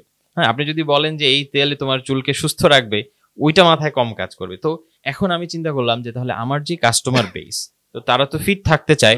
একদল আছে যারা অলরেডি ট্রেন করে, আমার কাস্টমার গ্রুপের ভিতরে একদল আছে যারা অলরেডি ট্রেন করে, যারা ফিটনেস ওরিয়েন্টেড। আর একদল আছে যাদেরকে আমি টার্গেট করতে পারি, এবং যাদেরকে টার্গেট করলে আমার মনে হয় বেটার হয়, সেটা হচ্ছে যে যারা ট্রেন করে তারা ম্যাক্সিমামই জিমে যায়। তাদের দেখা যায় যে জিমের রিচ ইজি, তারা যেহেতু তারা সচেতন, তারা জিমে যায় ম্যাক্সিমামই। তো আমার এই প্রোডাক্টটা আসলে তাদেরকে মার্কেট করা উচিত যারা একটু লেজি, যারা জিমে যাইতে চায় না, বাসায় এই প্র্যাকটিসটা করতে চায়, এবং যাদের একটু এই পেটটা বা এটা একটু কমানোর চিন্তা ভাবনা করে। তখন আমি আমার পুরো হোল যে আমার চিন্তা ভাবনা, মার্কেটিং আর আমার লিস্টিং এর যে আমার প্রোডাক্টের যে প্রেজেন্টেশন, মার্কেটে যে প্রেজেন্ট করার যে সিস্টেম, চেঞ্জ করে ফেললাম। আমি আমার কাস্টমার অ্যাভাটার চেঞ্জ করে, তখন আমি প্রথম জিনিসগুলা মানে কানেক্ট করতে পারতেছি। তো তখন আমি আমার যে কাস্টমার, মানে আমি যে লাইফস্টাইল ছবিগুলো ব্যবহার করছিলাম, সেখানে সব ফিটনেস ওরিয়েন্টেড মানুষ ছিল। এখন আমি সব ওই বাল্কি টাইপের মানুষ দিলাম, এবং ওই আমার, কারণ ওরাই হচ্ছে আমার অ্যাভাটার যারা আমার পারচেস করবে। এবং আমি এইভাবে করলাম যে বিষয়গুলো এইভাবে প্রেজেন্ট করলাম যে সবার তো জিমে যাওয়ার প্রয়োজন নাই, সো যখন বাসায় তোমার এটা আছে, জিমে যাওয়ার কি দরকার? হ্যাঁ, তারপরে তোমাকে নিয়ে মানুষ হাসাহাসি করে, সো নীরবে করো, মানুষকে নীরবে কষ্ট করো, তারপরে মানুষকে সাকসেসটা দেখাও। এইরকম পেইন পয়েন্ট দিয়ে আমি তখন শুরু করলাম আমার এবং ইন্টারেস্টিংলি তখন দেখলাম যে আমি সব চেঞ্জ একসাথে করি নাই, আমি একটু একটু করে করছি, একটু একটু করে ইম্প্যাক্ট দেখছি, একটু করে ইম্প্যাক্ট দেখছি, ব্যাস সেটা আমার পুরো ভালো ক্লিক করলো। আমার যেখানে আমার মানে কনভার্সন রেট ছিল 2-3%, সেখানে প্রায় আমার কনভার্সন রেট মানে যখন শুরুতে যখন আমি শুধু মেইন যে আমার ফটোটা প্রোডাক্টের যে ইমেজ হ্যাঁ সেটা যখন চেঞ্জ করছি তখন সেটা এক লাফে হয়ে গেছে 11%। ওয়াও 2-3% যেখানে মানে 100 জনের যেখানে আগে 3 জন পারচেস করতো এখন সেই 100 জনকে অ্যাড দেখালে সেখানে 11 জন পারচেস করতেছে। তো আমি তো বুঝে গেলাম যে না আসলে তো গেমটা তো আসলে ওখানে না, প্রবলেমটা তো ওখানে না, প্রবলেমটা হচ্ছে সাইকোলজিতে। তো এরপরে আমি যখন সব ইমপ্লিমেন্ট করলাম সর্বশেষ প্রায় 23-24% মানে 100 জনের প্রায় 23-24 জন আমার প্রোডাক্ট পারচেস করে। হিউজ। তো অ্যামাজনে ইন জেনারেলি আপনার কনভার্সন অনেক বেশি, কারণ যেহেতু এখানে মানুষ সার্চ করতে যায় না, গুগলে যেমন একটা জিনিস জানতে যায়, এখানে মানুষ যাই পারচেস করতে কিনতেই যায়। তো ইন জেনারেল এখানে একটু বেশি থাকাই উচিত। তো 23-24 তারপরও খুবই ভালো। তো আমি মোটামুটি যখন আমার ফুল লিস্টিংটাকে যখন অর্গানাইজ বা অপটিমাইজ করলাম তখন মোটামুটি একটা ভালো আমার আবার যেই লসটা আমি এসে গেছি বা লস পিরিয়ডে গেছি সেটা মোটামুটি তখন আমি আস্তে আস্তে কাভার করছি। এবং সেটা কাভার করতে আমার ফানি যে আমার 5-6 মাস লাগছে এই লসটা আমার কাভার করতে 3-4 মাসের বেশি আবার লাগে না, আমি সেটা আবার কাভার করে ফেলছি। তো এই যে পুরো জায়গা থেকে আমার যে জিনিসগুলো শেখা, যে থিওরিতে সবাই আপনাকে বলবে যেমন ডিজিটাল মার্কেটার আজকাল কি যে তুমি ফেসবুক অ্যাড শিখো, গুগল অ্যাড শিখো, মেটা মার্কেটিং শিখো, না হয় তুমি এগুলা শিখো, সব টুলস। আপনি পৃথিবীর একটা সফল কোম্পানি দেখান যারা বলতে পারবে যে ফেসবুক মার্কেটিং টুল ব্যবহার করে বা গুগল মার্কেটিং টুল ব্যবহার করে আমরা মিলিয়ন ডলার সেল করছি, কেউ বলতে পারবে না। যেমন ধরেন আপনি অ্যাপলের কথাই ধরেন, মেইন ওদের থিমটা কি? ধরেন স্টিভ জবস যখন আপনার আইপড যখন নিয়ে আসলো, প্রথম যে স্লোগানটা নিয়ে আসলো, তখন তো সবাই বলছিল যে এটা তো কোনোভাবেই মার্কেটে চলবে না, কারণ তখন আইপড অনেক সস্তায় পাওয়া যায়, এটা এত দামে কি কিনবে। তো ও তখন স্লোগান দিয়ে পুরো জিনিসটা চেঞ্জ করে দিল যে 1000 songs in your pocket, একটা স্লোগানে। তার মানে মেইন এটা কি আসলে? মেইন এটা তো আসলে সাইকোলজির সাথে কানেক্ট করাটা। ওইটা যখন তুমি করতে পারবা তখন এই জিনিসটা খুবই ইজি হয়ে যাবে। যেমন সেথ গডিন যে মার্কেটিং এর যে গুরু আর কি, বস, তো উনি প্রায় বলে যে মার্কেটিং কি? মার্কেটিং হচ্ছে ট্রু স্টোরি যেটাকে তুমি স্প্রেড করবা, ট্রু স্টোরি। সো এটা এমন না যে তোমাকে স্টোরি বানাইতে হবে, তোমাকে এটা করতে হবে, তোমাকে ওইটা করতে হবে, এটা না। ট্রু স্টোরি যেটা স্প্রেড হয়ে যাবে, মানুষের কাছে স্প্রেড হবে। কিভাবে হবে? স্টোরি আপনি স্টোর করো। তোমার একটা প্রোডাক্ট যদি সেই ভ্যালু থাকে, তুমি যদি সেই ভ্যালু দাও, তো এটা আমি প্রায় বলি, ইভেন আমার সাথে যারা কানে তাদের সবাইকেই বলি যে business is not about selling, it's about serving. কারণ যদি সার্ভ করার মেন্টালিটি না থাকে তাহলে আলটিমেটলি তুমি কখনোই লং টার্ম একটা বিজনেস বিল্ড আপ করতে পারবে না। সেথ গডিনের কথাই বলি, সেথ গডিন এর একটা বই আছে দ্য পার্পল কাউ। এই বইটার মানে ফিলোসফিটাই হচ্ছে যে আমরা ধরেন আমি গ্রামের বাড়িতে যাব, আমার দাদা বাড়িতে যাব, আমি আশেপাশে অনেক গরু দেখবো, নরমালি আমরা দেখি, আমরা কিন্তু কোনো গরুকে খেয়াল করি না, খেয়াল করার কিছু নাই। উনি বলতেছে যে তুমি যদি একটা গরু দেখো যেটা হচ্ছে আপনার বেগুনি রঙের গরু, যেটা আমরা কখনোই দেখি না, তখন কিন্তু আপনি ডেফিনেটলি ওই গরুর দিকে তাকাবেন। আচ্ছা কি অবস্থা, এই গরুটা এরকম কেন? আপনি হয়তো ছবি তুলবেন, ফেসবুকে পোস্ট করবেন, অনেকের সাথে শেয়ার করবেন। উনি বলছে যে তোমার যে বিজনেস, সেই বিজনেসটাকেও তুমি ডিফারেন্ট একটা আইডেন্টিটি দাও, এটাকে তিনি বলতেছেন রিমার্কেবল। এক্স্যাক্টলি। আচ্ছা ভাই, আমি এখন আপনাকে একটা কোশ্চেন করতে চাই যে আপনি অ্যামাজনের বিজনেসের সাথে ইনভলভ হলেন, ক্লায়েন্টকে সার্ভিস দিলেন, কোন স্টেজে এসে আপনার মনে হলো, আপনার ইউরোকা মোমেন্ট কি ছিল? ওয়াও, মানে আমি এমন একটা জিনিস খুঁজে পাইছি যে এইটা আমার এখন ক্যারিয়ার হতে পারে, এটা নিয়ে আমি হয়তো বা সারা জীবন কাজ করব। এরকম কি কোনো আপনার মোমেন্ট ছিল? মানে আপনি কখন ঠিক বুঝতে পারলেন? আচ্ছা, জি, এটা একটু ডিফিকাল্ট। আমার মনে হয় না যে এটা আসলে সবার সাথে খুব একটা আমার কাছে ম্যাচ করবে, কারণ সবাই আমি দেখছি ম্যাক্সিমামই হচ্ছে আসলে ক্যারিয়ার বা বলতে মানি ড্রিভেন থাকে, যে আমার ইনকাম লেভেল থাকতে হবে বা ওইখানে ইনকাম করতে হবে। তো যখন আমি এটা নিয়ে কাজ শুরু করছি এবং যখন আমি ধীরে ধীরে এই কোর বিষয়গুলো বাদে, মানে আমি এই যে product, business, selling tools, strategy, এগুলোর পাশাপাশি যখন আমি আসলে কাস্টমার সাইকোলজি বা কনজিউমার সাইকোলজি বিষয়গুলোর ভিতরে প্রবেশ করা শুরু করছি এবং বোঝা শুরু করছি বিষয়গুলো, তখন এই জিনিসটা আসলে একটা প্যাশনের মতো হয়ে গেছে। এবং এই জিনিসটা ভালো লাগা থেকে তখন আমার কাছে মনে হয়েছে যে এটা যদি আমি সারা জীবন করতে পারি আমি কখনো বোর হব না। মানে আমার এত ভালো লাগে এই বিষয়গুলো নিয়ে স্টাডি করতে, রিসার্চ করতে। তো তখন মানে এটা কখন হয়েছে, যখন আমি নিজের বিজনেস, ওই যে বললাম যে নিজের বিজনেসটা যখন আমি রান করছি এবং যখন আমি নিজের লস করছি, এবং তখন আমি ফিল করছি যে টাকা প্রতিদিন একটু একটু করে যায় নিজের পকেট থেকে, যে আসলে কত কষ্ট লাগে। তার মানে যখন আমি একটা ক্লায়েন্টকে, তারপর থেকে যখন আমি একটা ক্লায়েন্টকে সাজেশন দিই, আমি 10 বার ভাবি যে না, আমাকে আগে বুঝতে হবে যে আউটকাম কি হবে তারপরে আমি তাকে সাজেশন দিব বা তারপরে আমি এটা ইমপ্লিমেন্ট করব, তার আগে করব না। সো এই যে জিনিসগুলা, তো বিজনেস করতে যাই আমি এই জিনিসগুলা আরো অনেক কিছুই তো আসলে যখন নিজে করতে যাবেন রিয়েল লাইফ অনেক কিছু শিখাবে। এই বিশেষ কথা হচ্ছে এই রিয়েল লাইফের জিনিসগুলো কখনো সামনে উঠে আসে না। মানুষ তো আসলে দেখে যে তুমি এখন কোথায় আসো, এখন তুমি সাকসেসফুল আসো, বিহাইন্ড দ্য স্টোরি কি এটা তো আর কেউ অতটা আগ্রহ নাই কারো শোনার। সবাই শুনতে চায় যে তুমি কত সাকসেসফুল, কত টাকা তুমি আর্ন করো। এই তো যখন আমি এই জিনিসটা এক্সপ্লোর করতেছি যে বিজনেসের এই যে ট্রু যে আপনার ফান বা যে আপনার মজাটা আর কি মেইন কথা, তখন আমার কাছে ভালো লাগলো এবং আমার কাছে মনে হলো যে এমন একটা জিনিস যেটা নিয়ে আমি আসলে আমি যতদিন পারি আমি কাজ করে যাব, আমার এটা তেমন কোনো করবো মানে তেমন কোনো ইম্প্যাক্ট করবে না। আর আরেকটা বিষয় হচ্ছে যে দেখেন আমি সবাইকে এটা বলে রাখতে চাই যে অ্যামাজন বলেন বা যে কোনো প্ল্যাটফর্ম বলেন, আপনি ব্যবসা করেন এইসব প্ল্যাটফর্মে, কারণ হচ্ছে এগুলো এক একটা অপরচুনিটি যুগে যুগে আসে, এক একটা সুযোগ বা প্ল্যাটফর্ম যুগে যুগে আসে যেখানে আপনি বিজনেস করবেন। বাট মেইন জিনিসটা হচ্ছে কোর ফান্ডামেন্টালস। বিজনেসের কোর ফান্ডামেন্টালসটা আপনাকে বুঝতে হবে, কারণ কি এই সব জিনিস রিপ্লেসেবল। যেমন মনে করেন আজকে অ্যামাজন আসছে, কালকে অ্যামাজন থাকবে না। আমাদের সহজ বিষয়ে চিন্তা করেন, ফেসবুক আমাদের একসময় ছিলই না, এখন আসে আমরা ফেসবুক ব্যবহার করতেছি, হয়তো 10 বছর পরে ফেসবুক থাকবে না, অন্য একটা টুলস আসবে। টুলসের সমস্যাটাই এখানে। টুলসের সমস্যাটা হচ্ছে যে টুলস আপনি ইমপ্লিমেন্ট টুলস আপনি অ্যাডপ্ট করেন, ওইটাকে ইউটিলাইজ করেন, কিন্তু ওইটা কিন্তু রিপ্লেসেবল, ওইটা কিন্তু রিপ্লেস হয়ে যাবে। আচ্ছা, কোন জিনিস রিপ্লেস হবে না? আপনি যদি সেই 19 শতক 18 শতক থেকে দেখেন এখন পর্যন্ত ইতিহাসে, কাস্টমার সাইকোলজি, মানুষ ওই যে তখনও যেমন হচ্ছে কেনার সময় বার্গেন করতো, দামাদামি করতো, এটা এখনো করে, ও ভবিষ্যতেও করবে। কেউ যদি 10 টাকার জিনিস 5 টাকায় পায় সে খুশি হবে, ওটা আগেও হয়তো এখনো হবে। এই জিনিস চেঞ্জ হবে না। কোন জিনিস চেঞ্জ হবে না? আপনার ব্রেইন। এটা রিপ্লেসেবল না, বাকি সব জিনিসই রিপ্লেসেবল। সো আমি যেটা বলি যে এই জিনিসটা আমি দেখি যে সবার মধ্যে এই জিনিসটার এটা কম। তো সবাই হচ্ছে একটা জিনিস চিন্তা করে, অনেকেই দেখি যে বলে যে আপনি কেন এই ব্যবসা করতে চান। আমি অনেকেই জিজ্ঞেস করছি যে অ্যামাজন ব্যবসা অনেকেই তো আগ্রহ দেখায় আমার সাথে কথা বলে, আমি জিজ্ঞেস কেন করতে চান, তো অনেকে বলে যে একটা প্যাসিভ ইনকাম, অনেকে বলে যে আমি অনেক টাকা ইনকাম করতে চাই জীবনে।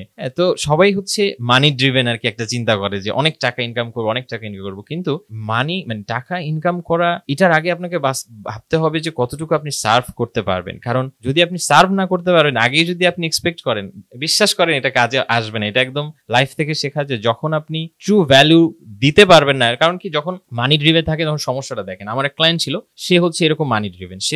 সে কি করতো, যেই প্রোডাক্টে 2 টাকা লাভ বেশি হয় সে প্রোডাক্ট সেল করবে। তো এই আজকে একটা প্রোডাক্ট দেখতেছে 2 টাকা লাভ বেশি হয়েছে, 2 টাকা সেল করবে। যেখান থেকে পারে কস্ট কমায়, এটাতে কি হয়, কোয়ালিটি ঠিক থাকে না প্রোডাক্টের, বা কাস্টমার অবসেশন যে জিনিসটা, যে কাস্টমারের যেই ভালো লাগা খারাপ লাগে এই জিনিসটা চিন্তা সে করে না। তো আলটিমেটলি দেখা গেল কি যে এটা করতে করতে তার কোনো প্রোডাক্ট ওইভাবে পারফর্ম করতেছে না। হয়তো আমরা স্ট্র্যাটেজিতে এসে করে সেল করাচ্ছি, বাট আফটার কাস্টমার তো যখন আপনার ইউজ করতেছে, আফটার ইউজেস তো তার এক্সপেরিয়েন্স ভালো না। তো আলটিমেটলি সে লিভ করতেছে, না হয় সে বাজে ফিডব্যাক দিচ্ছে। তো আলটিমেটলি সে প্রোডাক্টের পর লঞ্চ করে যাচ্ছে, কিন্তু আলটিমেটলি তার বিজনেসটা কিন্তু বিল্ড আপ হচ্ছে না। তার বিজনেসটা কিন্তু ধর 3 বছর বা 10 বছর যদি সে এভাবে খালি প্রোডাক্টের পর প্রোডাক্ট চেঞ্জই করে, 10 বছর পরে সে নিজের দিকে তাকায় যে তার কোনো অ্যাসেটই নাই, কিন্তু সে কি করছে, এই 10 বছর খালি র্যান্ডম প্রোডাক্ট সেল করে দিচ্ছে। সো মানি ড্রিভেন চিন্তা হচ্ছে এই জায়গাটাতে, আমি মনে করি যে মানি ড্রিভেন চিন্তা করলে আপনি লং টার্মে কিছু বিল্ড করতে পারবেন না। আর ওই জায়গাটাতে যদি আপনি একটা বা 2টা প্রোডাক্ট নিয়ে কাজ করেন বা একটা নিয়ে কাজ করেন, আপনি ওইটাকে আপনি 100% পারফেক্ট করেন, আপনি ওইটাতে দরকার হয় কাস্টমারকে ইনশিওর করেন যে কাস্টমার প্রোডাক্ট পাওয়ার পরে যে ভ্যালুটা সে পাবে। কারণ বিষয়টা দেখেন যে এই এক্সাম্পলটা আমি দেই কারণ এটাও একটা লাইফ লেসন আমার, যে ধরেন আপনি কাউকে 100 টাকা দিলেন, সে যদি বিনিময়ে আপনাকে 200 টাকা দেয়, তাহলে এখন আপনাকে যদি জিজ্ঞেস করি যে এইরকম যদি একটা ট্রানজাকশন বা এরকম একটা সুযোগ যদি আপনি পান কি করবেন, তাই আপনার অ্যান্সার হবে যে ভাই এরকম সুযোগ পাইলে তো ভালো, সারা জীবন এরকম চলুক, আমি 100 টাকা দিব, বিনিময়ে 200 টাকা রিটার্ন দেবো। আমি বললাম যে বিজনেসের সেম একই কাজটাই আপনি করেন, সেম একই কাজই করেন, খালি আপনার এখানে টাকা দিয়ে করেন না, আপনি কি করেন, একটা প্রোডাক্ট দেন, কাস্টমার খুশি হয়, সেটার বিনিময়ে আপনাকে টাকা দেয়। সেম কাজই আপনি করতেছেন, সেম সুযোগই আপনার সামনে, আপনি সুযোগটাকে কাজে লাগাচ্ছেন না, আপনি সেই ভ্যালুটা কাস্টমারকে দিচ্ছেন না, যে কারণে 200 টাকা ইন রিটার্নে আপনি পাচ্ছেন না। সেম কথাই। তো ওইটা আপনাকে চিন্তা করতে হবে যে business is all about serving. আপনি যত সার্ভ করতে পারবেন, আপনি যত কাস্টমার অবসেস থাকবেন, এইটা চেঞ্জ হবে না। আগামী 10 বছরও কাস্টমার সাইকোলজি চেঞ্জ হবে না। So be obsessed with your customer এটা 10 বছর, যেমন এটা কিন্তু জেফ বেজোস একটা কথাই বলছিল যে প্রায় আমাকে মানুষজন জিজ্ঞেস করে যে কি চেঞ্জ আগামী 10 বছরে কি চেঞ্জ হবে, কিন্তু কেউ যেটা জিজ্ঞেস করে না সেটা হচ্ছে 10 বছরে কি চেঞ্জ হবে না। কারণ যেটা চেঞ্জ হবে না সেটার উপরে বিল করে তো তুমি বেস করে তুমি বিজনেস তৈরি করতে পারো। So it's very very important, তাই না? Very important. তো যাই হোক, তো আমার কাছে মনে হয় যে এই যে ওয়াও মোমেন্টটা আমি বলবো যে এটা আমার নিজের রিয়েলাইজেশন যে আমার এটা আমি খুবই এনজয় করি কাজ করতে, আমার ভালো লাগে কাজ করতে। সো এটাকে আমি প্যাশন হিসেবে মানে আমি আমার ক্যারিয়ার হিসেবে। আচ্ছা, আপনি তো অনেক প্রোডাক্ট নিয়ে কাজ করেছেন এখন পর্যন্ত, নিজের প্রোডাক্ট, ক্লায়েন্টদের product. The biggest success product কি ছিল যে আপনাকে অনেক রেভিনিউ এনে দিয়েছে? জি বিগেস্ট সাকসেস প্রোডাক্ট ছিল আসলে একটা গিফটের প্রোডাক্ট, গিফট আইটেম। তো কি টাইপের গিফট? হ্যাঁ আমি বলছি। তো এটা ছিল কি যে নিউলি মম যারা না, তো তখন হচ্ছে আমরা চিন্তা করলাম মানে গিফট একটা খুবই মানে গিফটের প্রোডাক্টের ব্যাপারটা কি যে এগুলা সিজনাল, তো প্রচুর সিজনাল। কারণ ওই ইউএস এর যেই ট্রেন্ড তাতে দেখা যাচ্ছে যে সমস্ত গিফটের জিনিসটা শুরু হয় Q4 এর দিক থেকে, অর্থাৎ বছরের শেষের দিক থেকে। আচ্ছা। কিন্তু এবং ওই সময়ে সেলস এর পরিমাণ এত বেশি হয়, মানে আপনি কখনো যদি normal average through out the year আপনি সেল দেখেন আর ওই সময় সেল দেখেন 1000%, 2000% ইনক্রিজ হয় সেলস।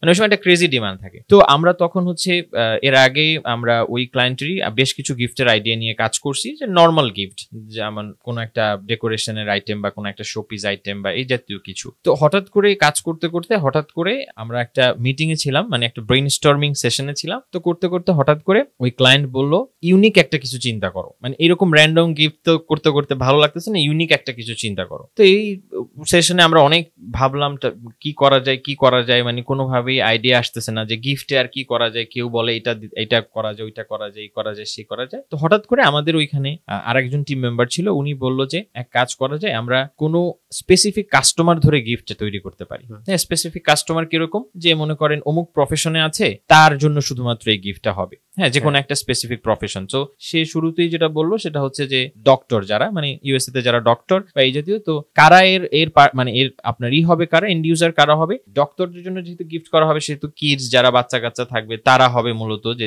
যাদের বাবা মা ডাক্তার এইটাই তারা করবে। তো আমাদের কাছে মোটামুটি ভালো লাগলো, কিন্তু স্যাটিসফ্যাক্টরি আর কি লাগলো না। তো ওই সময় আবার লাকিলি আমাদের আরেক টিম মেম্বার, সম্ভবত ওর হচ্ছে আপনার ও ফিলিপিনো, মানে হচ্ছে ফিলিপিনে থাকে। তো ওর আবার ওই সময় আপনার সামনে হচ্ছে ওর প্রেগনেন্সি নিয়ে ও কাজ করে, মানে প্রেগনেন্সি পিরিয়ড চলে, প্রেগনেন্সি নিয়ে কাজ করে। তখন আমাদের ক্লায়েন্ট ওকে একটু ফ্লেক্সিবিলিটি দিচ্ছে, কারণ যেহেতু অসুস্থ, স্বাভাবিকভাবে সবসময় অ্যাভেলেবল থাকে না।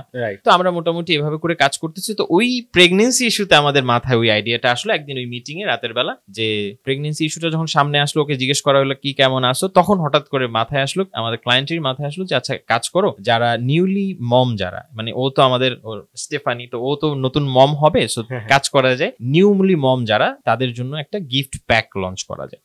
তো এই তখন আইডিয়া আসলো যে কিভাবে লঞ্চ করা যায়, যারা নিউ মম তাদের জন্য কিভাবে করা যায়। তো এই আইডিয়া নিয়ে কাজ করতে যায় তখন আমরা কি করলাম, আমরা তখন একটা গিফট প্যাক তৈরি করলাম, যে গিফট প্যাকের ভিতরে এখন যারা হচ্ছে আপনার দেখা যায় নতুন মম যারা হয়, তাদের তো আপনার একটু ওয়েটের সমস্যা থাকে, শারীরিক একটু প্রবলেম থাকে, তাদের একটু মোটিভেশনের প্রবলেম থাকে, তাই না, অনেক জায়গায় প্রবলেম থাকে। তো আমরা বেশ কিছু মোটিভেশনাল কোট সেগুলার আদলে আমরা সাধারণ প্রোডাক্টই, মানে এমন না যে কোনো অসাধারণ বা প্রোডাক্ট, সাধারণ প্রোডাক্টই কিন্তু অনেকগুলো মোটিভেশনাল কোট, যে ইউ আর মম, তারপরে ইউ আর পাওয়ারফুল, তারপরে হচ্ছে এই টাইপের মানে আরো কিছু মোটিভেশনাল কোট আমরা সব গ্যাদার করে এরকম প্রায় 6টা না 7টা আইটেমের একটা খুবই সুন্দর প্যাকেজিং করে একটা গিফট প্যাক তৈরি করলাম। তখনও যেটা ছিল যে বিষয়টা, তখনও মার্কেটে এই জাতীয় আইডিয়া, মানে ইউএস এর মার্কেটে এই জাতীয় আইডিয়া যে স্পেসিফিক একটা গ্রুপ অফ কাস্টমারকে যে গিফট প্যাক ফর মম বা মম গিফট প্যাক এই টাইপের যে লঞ্চ করা যাবে হবে, তো অতটা প্রচলিত ছিল না বা আমরা ওইরকম পাই নাই। তো এইটা যখন আমরা লঞ্চ করলাম, তো আমরা এতটা সাকসেস আশা করিনি। আমরা প্রায় যে আমাদের ওই যে ফার্স্ট সিজন না, আমরা লঞ্চ করছি অগাস্টের দিকে, ফার্স্ট সিজনে আমরা আইডিয়া করে রাখছি, কিন্তু পরে আমাদেরকে অর্ডার দিতে হয়েছে। আমরা আইডিয়া করে রাখছি, আমরা প্রাইস রেঞ্জ ছিল $49 মতো, $49.99, $50 ধরা যায়। তো আমরা আইডিয়া করছি যে মোটামুটি 1000 পিসের মতো সেল হবে, যেহেতু গিফটের আইটেম, তো গিফটের টাইমে যাবে, তো 1000 পিসের মতো সেল হবে। তো আমাদের পরবর্তীতে 12,000 ইউনিটের মতো 12,000 ইউনিটের মতো সেল হয়েছে। তো কত ডলার হয় তাহলে আপনি একটু ক্যালকুলেট করেন। তো 12,000 ইউনিটের মতো আমাদের সেল হয়েছে, এবং পরবর্তীতে আমরা 4 জন সাপ্লায়ারের কাছ থেকে, মানে আমাদের একজন সাপ্লায়ার ওইটা তো ডিমান্ড ফুলফিল করতে পারবে না, এবং প্রত্যেকটা এয়ার শিপমেন্টে আসছে, কারণ ওই সময় ওশান শিপমেন্টও সম্ভব না। তো পরে 4 জন সাপ্লায়ার একসাথে মিলে তাদের সাথে কথা বলে কাজ করে দেন হচ্ছে এই প্রোডাক্টটা আমরা হচ্ছে করছি, এবং আমরা মোটামুটি মানে আমাদের প্রফিট মার্জিন ছিল হিউজ, এখানে প্রায় আপনার নেট প্রফিট ছিল মনে হয় প্রায় 24-25% মতো, মানে নেট সব বাদে, এভরিথিং বাদে, সবকিছু বাদ দিয়ে 25% মতো প্রফিট ছিল। কারণ আইটেম গুলো খুবই সাধারণ, আপনি যদি আইটেম গুলো দেখেন, এই যেমন ধরেন এই যে একটা পেন, আমাদের ওখানে যেটা ছিল প্রায় হচ্ছে আপনার হচ্ছে মগ, মানে নর্মাল যে মগ গুলা, তারপরে হচ্ছে আপনার নোটবুক, যে পার্সোনাল ডায়েরি টাইপের নোটবুক, যে মানে খুবই নর্মাল পেন, তারপরে এই সব অর্ডিনারি আইটেম।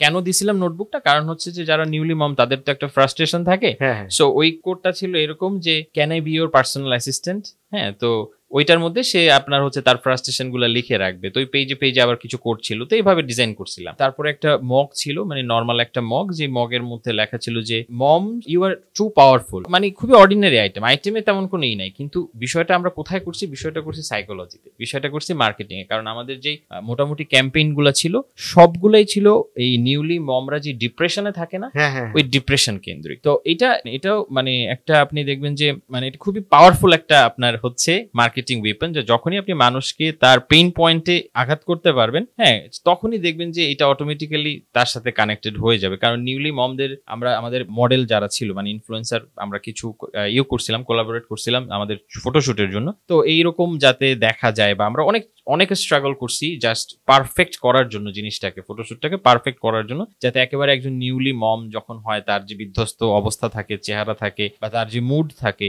এই অ্যাঙ্গেলে আমরা মোটামুটি বেশ ভালো এফোর্ট দিছি। ঠিক আছে, তো আমাদের মেইন এটাই ছিল হচ্ছে এই মার্কেটিং। প্রায় $6 লাখ এবং প্রথম প্রোডাক্ট লঞ্চ এবং ফার্স্ট লঞ্চে মানে একেবারে অগাস্টে লঞ্চ হয়েছে প্রোডাক্ট, আপনার হচ্ছে Q4 এর জাস্ট কয়েকদিন, নভেম্বর থেকে শুরু হয়, অগাস্টে আমরা লঞ্চ করছি।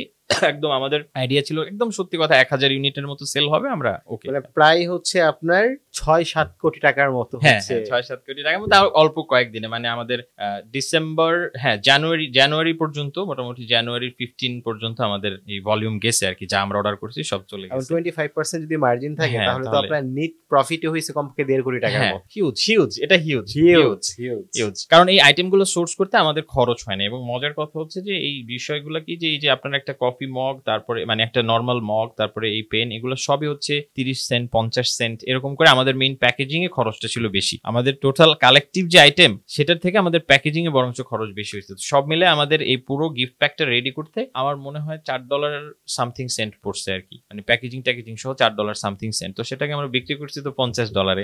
আদার্স কস্ট আছে, সাপ্লাই চেইনের কস্ট আছে, সবকিছু বাদ দিয়ে নেট মার্জিন ছিল প্রায় 24-25% এর মতো। আচ্ছা ভাই, আমরা তো সাকসেসের স্টোরি শুনলাম, তো জার্নিটা তো অনেক ক্ষেত্রে ডিফিকাল্ট হয় অনেকের ক্ষেত্রে। তো আপনার লাইফে কি এরকম কোনো ঘটনা আছে কিনা যে আপনি রং কোনো প্রোডাক্ট সিলেক্ট করেছেন, হিউজ লস হয়ে গিয়েছে, এবং আপনি মানে কমপ্লিটলি হচ্ছে মানে একটা মানসিকভাবে বিপর্যস্ত অবস্থায় আছেন?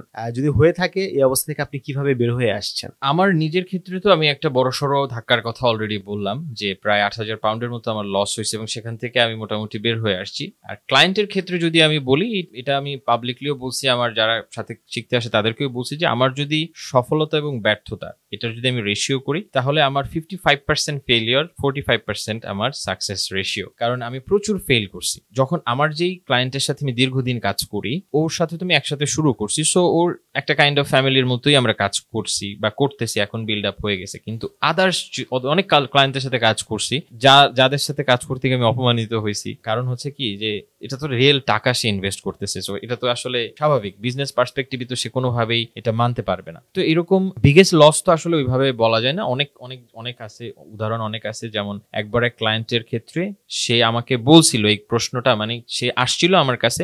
এবং আরো একটা বিষয় আমি এখানে একটু ক্ল্যারিফাই করে রাখি, আমার এই যে ক্লায়েন্টদের সাথে কাজ করার বিষয়টা, আমি কিন্তু কখনোই খুব বেশি ক্লায়েন্টদের সাথে কাজ করার বিষয়ে আমি আগ্রহী না, আমি আগ্রহী ছিলাম না। কারণ আমার ওই রকম মানে জিনিসটা হচ্ছে, আমার যে ওই রকম ইনকাম করার ওই ইচ্ছাটা আমার আছে ছিল না। আমার ট্রুলি এটা শেখার ইচ্ছা ছিল, এক সময় আমি বিজনেস করব, এটাই কিন্তু আমার শুরু থেকে মাথায় ছিল, যে আমি নিজের ব্র্যান্ড বিল্ড করব। আমি যখন লঞ্চ করছি 2019-এ, তো সেখানে আমার ওই ইন্টেনশনটাই ছিল। কিন্তু সামহাউ যখন আমি স্ট্রাগল ফেল করলাম, বিশেষ করে করোনা যখন আসলো, আমি কিছুটা স্ট্রাগল ফেস করলাম। তো তখন আমি চিন্তা করলাম যে না, এখনো আমার লার্নিং এর আর অনেক কিছু বাকি আছে, সো আমি আপাতত ক্লায়েন্ট সার্ভিসটা নিয়ে থাকি, আমি ইনশাল্লাহ আবার একটু পরে আমি আবার ধীরে সুস্থে আমি আরো ভালোভাবে লঞ্চ করব। তো যেহেতু আমার এইখানে মানে এই যে এতগুলো ক্লায়েন্টের সাথে কাজ করার যে বিষয়টা আসতেছে, এটার প্রেক্ষিতে বলতেছি যে আমার কিন্তু এই ক্লায়েন্টগুলো কোথাও যে এরকম না যে আমি কাউকে অ্যাপ্রোচ করছি নিয়ে আসছি, এরকম না। এই যে আমার ক্লায়েন্ট যেমন যার সাথে আমি দীর্ঘদিন কাজ করতেছি, ও আর না হলে প্রায় 10-15 জন ক্লায়েন্ট আমার সাথে যোগাযোগ করাই দিছে, তাদের সাথে আমি অনেকটা পার্মানেন্টলি কাজ করছি। হয়তো কোনো একটা কন্ট্রাকচুয়াল, যেমন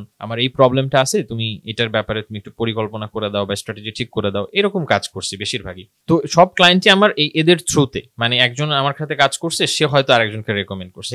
তো এরকম একজন ক্লায়েন্ট আসছিল। তো যেহেতু সব ক্লায়েন্টগুলো রেকমেন্ডেশনের বেসিসে আসে, তো তারা তো একটা ট্রাস্টের জায়গা থেকে আসে, ভরসা করে যে না আর অমুকে বলছে তার মানে ও ভালো।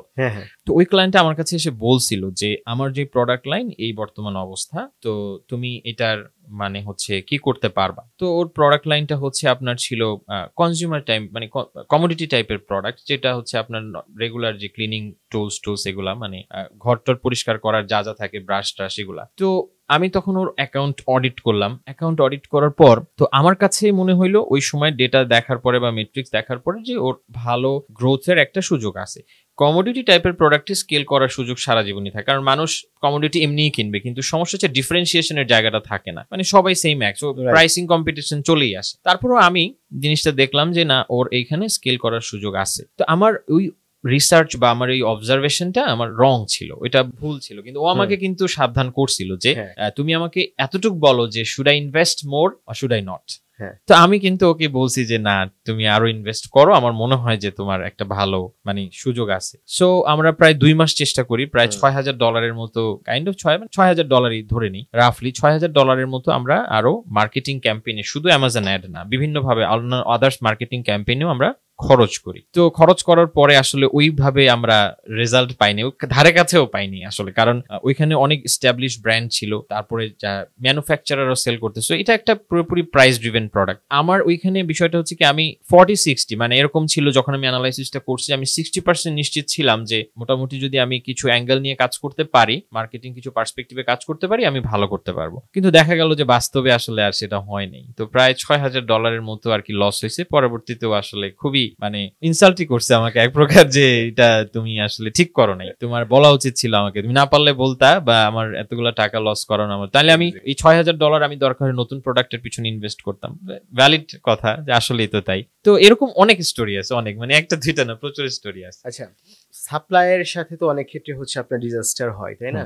যেহেতু হচ্ছে মোস্টলি সম্ভবত চায়না থেকে হচ্ছে প্রোডাক্ট গুলো যায় সোর্সিং এর জন্য, তারপর হয়তো বা আমরা অ্যামাজন ইনভেন্টরিতে পাঠাই। তো আপনার লাইফে এরকম কি ঘটনা আছে কিনা, এবং আপনি কিভাবে ওখান থেকে বের হয়ে আসছেন? আচ্ছা, এখানেও আসলে অনেক মিসকনসেপশন আছে। মিসকনসেপশনটা কি, যে বাংলাদেশের বেশিরভাগ, মানে বাংলাদেশের মানুষের মাইন্ডে, ব্যাক অফ দ্য মাইন্ডে বেশিরভাগই কাজ করে যে চায়না মানেই খারাপ, মানে চায়নাতে যাইতে তারা ভয় পায়। আমি যখনই অনেকের কাছ থেকে শুনি যে চায়নাতে সোর্সিং করতে হবে, এরা অনেকেই ভয় পায়, কারণ এদের ধারণা যে চায়নার অলিতে গলিতে বোধহয় বাটপার ঘোরাফেরা করে, বা চাইনিজ প্রোডাক্ট খারাপ। তো প্রথম কথা হচ্ছে বিষয়টা মোটেও এরকম না। আমি এখন পর্যন্ত মেইনলি যখন আমি ক্লায়েন্টদের সাথে কাজ করি, আমি সোর্সিং খুব বেশি ফোকাস করি না। যখন আমি নিজের বিজনেস করছি তখন আমি যথেষ্ট ফোকাস করতে হয়েছে। আর ক্লায়েন্টদের সাথে ওদের নিজস্ব সোর্সিং এজেন্ট থাকে বা চায়নাতে ম্যান পাওয়ার থাকে। তারপরও যে যতটুকু এক্সপেরিয়েন্স আমার আছে, আমি যতটুকু অনেক সাপ্লায়ারের সাথে আমার মানে কথা হয়, পরিচয় আছে, তো এরকম খারাপ যে মানে আসলে খুবই অত্যন্ত বাজে, এরকম আমি আসলে আমার লাইফে আমি খুব একটা এক্সপ্লোর করি নাই। তবে হ্যাঁ, কিছু ক্ষেত্রে কিছু আপনার কি বলে আছে, যেমন আলিবাবাতে যারা ফ্রন্ট ফেসে থাকে, বিশেষ করে এটা অনেকেই জানে না যে আলিবাবাতে যারা ফ্রন্ট ফেসে থাকে, মানে আলিবাবা থেকেই তো মানুষ বেশি সোর্স করে। আলিবাবাতে এখন বর্তমানে ট্রু ফ্যাক্টরি একেবারেই নাই, মানে যারা একেবারে রিয়েল ফ্যাক্টরি তারা নাই, কারণ তারা সবাই চাইনিজদের একটা বিগেস্ট ব্যারিয়ার হচ্ছে ওদের ইংলিশ কমিউনিকেশন। যারা ইংলিশ একটু ভালো কমিউনিকেট করতে পারে তারা মূলত মোটামুটি এই জায়গাটাতে অনেক দাপট দেখায়। এখন আলিবাবাতে যেটা হয়েছে সব হলো আমাদের দেশে বাইং হাউসের, মানে ফ্রন্ট ফেসে ওরা অর্ডার নিচ্ছে আপনার কাছ থেকে, বাট ওরা লোকাল ফ্যাক্টরি থেকে বানায় নিয়ে আসতেছে। সো আপনার কাছ থেকে ওরা 50 সেন্ট $1 যেখানে যেরকম পারে বেশি রাখতেছে। আপনি যদি ওই একই প্রোডাক্ট, একই মানের কোয়ালিটি ইনশিওর করে চাইনিজ ডোমেস্টিক মার্কেট গুলোতে যান, যেমন 1688 যান, টাওবাওতে যান, UE.com যান, মানে একেবারে ডোমেস্টিক যদি আপনার সোর্সিং এজেন্ট থাকে পরিচিত, তাদের মাধ্যমে যদি আরো খোঁজ খবর নেন, আপনি মিনিমাম ওখান থেকে 30-40% কস্ট রিডিউস করতে পারবেন। তো এটা অনেকে জানে না, কারণ হচ্ছে, আর জানলেও বিষয়টা হচ্ছে কি যে নতুন যেই শুরু করবে তার জন্য আসলে প্রথমেই ওই ভিতরের পর্যন্ত যাওয়া এটা আসলে সহজ না, চ্যালেঞ্জিং, কারণ ওইখানে বিগেস্ট ব্যারিয়ার থাকে যে কমিউনিকেশনের বিষয়টা। আর চাইনিজদের একটা সমস্যা হচ্ছে যে ওদের কালচারে মানে নো বলতে কোনো শব্দ নাই, আপনি ওদেরকে যাই বলবেন ইয়েস ইয়েস ইয়েস, সবসময় ইয়েস। তো এখন বিষয়টা হচ্ছে সমস্যা হয় কি যে আপনি এক্সপ্লেইন করলেন, ওরা সব বুঝে গেছে, মানে ওরা yes yes yes yes yes বানাইলো, যখন আপনি প্রোডাক্ট মানে বানাইলো তখন দেখবেন যে কিছুই বুঝে নাই আমি কি বলছি আর কি বানাইছে। তাহলে কি করতে হবে, কমিউনিকেশনটাকে যথেষ্ট পাওয়ারফুল করার জন্য যত বেশি পারেন ডায়াগ্রাম ইউজ করেন, ড্রয়িং ইউজ করেন বোঝানোর জন্য, এবং সহজ ইংলিশে কথা বলেন। তো আর আরেকটা বিষয় আমি বলবো সেটা হচ্ছে যে চাইনিজরা কিন্তু খুবই ফ্যামিলি ওরিয়েন্টেড। ম্যাক্সিমাম আপনি চায়নার এই যে বিজনেসটা দেখেন, এই যে বিজনেস কালচারটা, এটা দেখবেন ম্যাক্সিমাম ফ্যামিলি বিজনেস, দাদা পরদাদা ওদের সবাই মোটামুটি ফ্যামিলি বিজনেস, এবং ফ্যামিলি ওরিয়েন্টেড যেহেতু ওদেরকে আপনি কিন্তু মানে খুব ভালো, মানে এটা খুব ভালো কাজ করে টনিকের মতো। আপনি যদি ওদের ফ্যামিলি নিয়ে জিজ্ঞেস করেন তোমার মেয়ে কেমন আছে, তোমার ফ্যামিলি কেমন আছে, ওরা ভীষণ খুশি হয় এবং এটা খুবই পার্সোনালি নিয়ে নেয়। এবং আমরা এটা আমি নিজেও করছি এবং আমার অনেক ক্লায়েন্টও করে, তারা হচ্ছে পার্সোনালি গিফট পাঠায়, সাপ্লায়ারদেরকে গিফট পাঠায়, একটা সম্পর্ক বজায় রাখে, মানে একটা ফ্যামিলি টাইপ সম্পর্ক বজায় রাখে। এবং এইটা মানে অনেক অনেক গুরুত্বপূর্ণ কাজ করে, যে এরকম বলে আমরা যেমন হচ্ছে অনেক ক্ষেত্রেই এরকম বেটার টার্ম নেগোশিয়েট করি। যেমন ধরেন আপনার সাথে আমার সম্পর্ক ভালো হয়ে গেছে, মোটামুটি এরকম করে প্রথম 2-3-4টা অর্ডারের পরে ভালো হয়ে গেছে। এখন ইউজুয়ালি কি হয়, ইউজুয়ালি যখন আপনি অর্ডার করেন তখন আপনাকে 30% পেমেন্ট করতে হয়, যখন অর্ডার কমপ্লিট হয়ে যায় বাকি 70% করে দেন ওরা শিপ করে দেয়।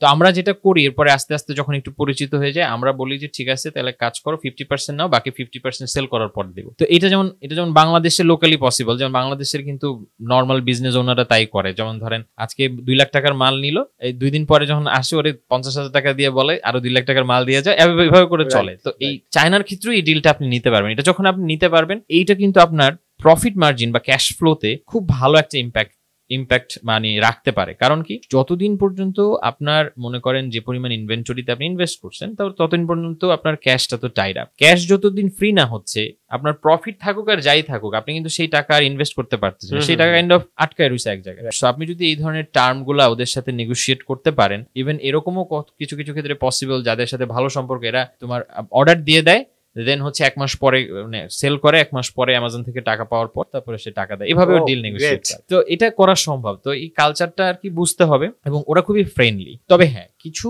আপনার ফ্রডুলেন্ট লোকজন আছে, কিছু 2 নম্বর আছে, এটা সব জায়গায় আছে, এটাতে ভালোভাবে চাইনিজদের বলা যাবে না, আমাদের দেশেও আছে, পৃথিবীর সব দেশেই আছে। তো এখন বিষয়টা হচ্ছে যে এইটা বোঝার দায়িত্ব আসলে তো মানে আপনি যখন কনভারসেশন করবেন, কথাবার্তা বলবেন, তখন এইটা আসলে নতুন যারা তাদের জন্য হয়তো একটু ডিফিকাল্ট, কিন্তু কমন সেন্স অ্যাপ্লাই করলে মোটামুটি আপনি বুঝতে পারবেন কনভারসেশনের দিকে। বা কোনো হচ্ছে প্যারামিটার অথবা কোনো ট্রিক্স আছে? প্যারামিটার হচ্ছে প্রথমেই চিপ রেটে যারা কাজ করে, একেবারে চিপ, মানে মার্কেটে এমন প্রাইসে দিচ্ছে যেটা আপনার বিশ্বাসই হবে না, একদম 100 মাইল দূরে থাকবেন।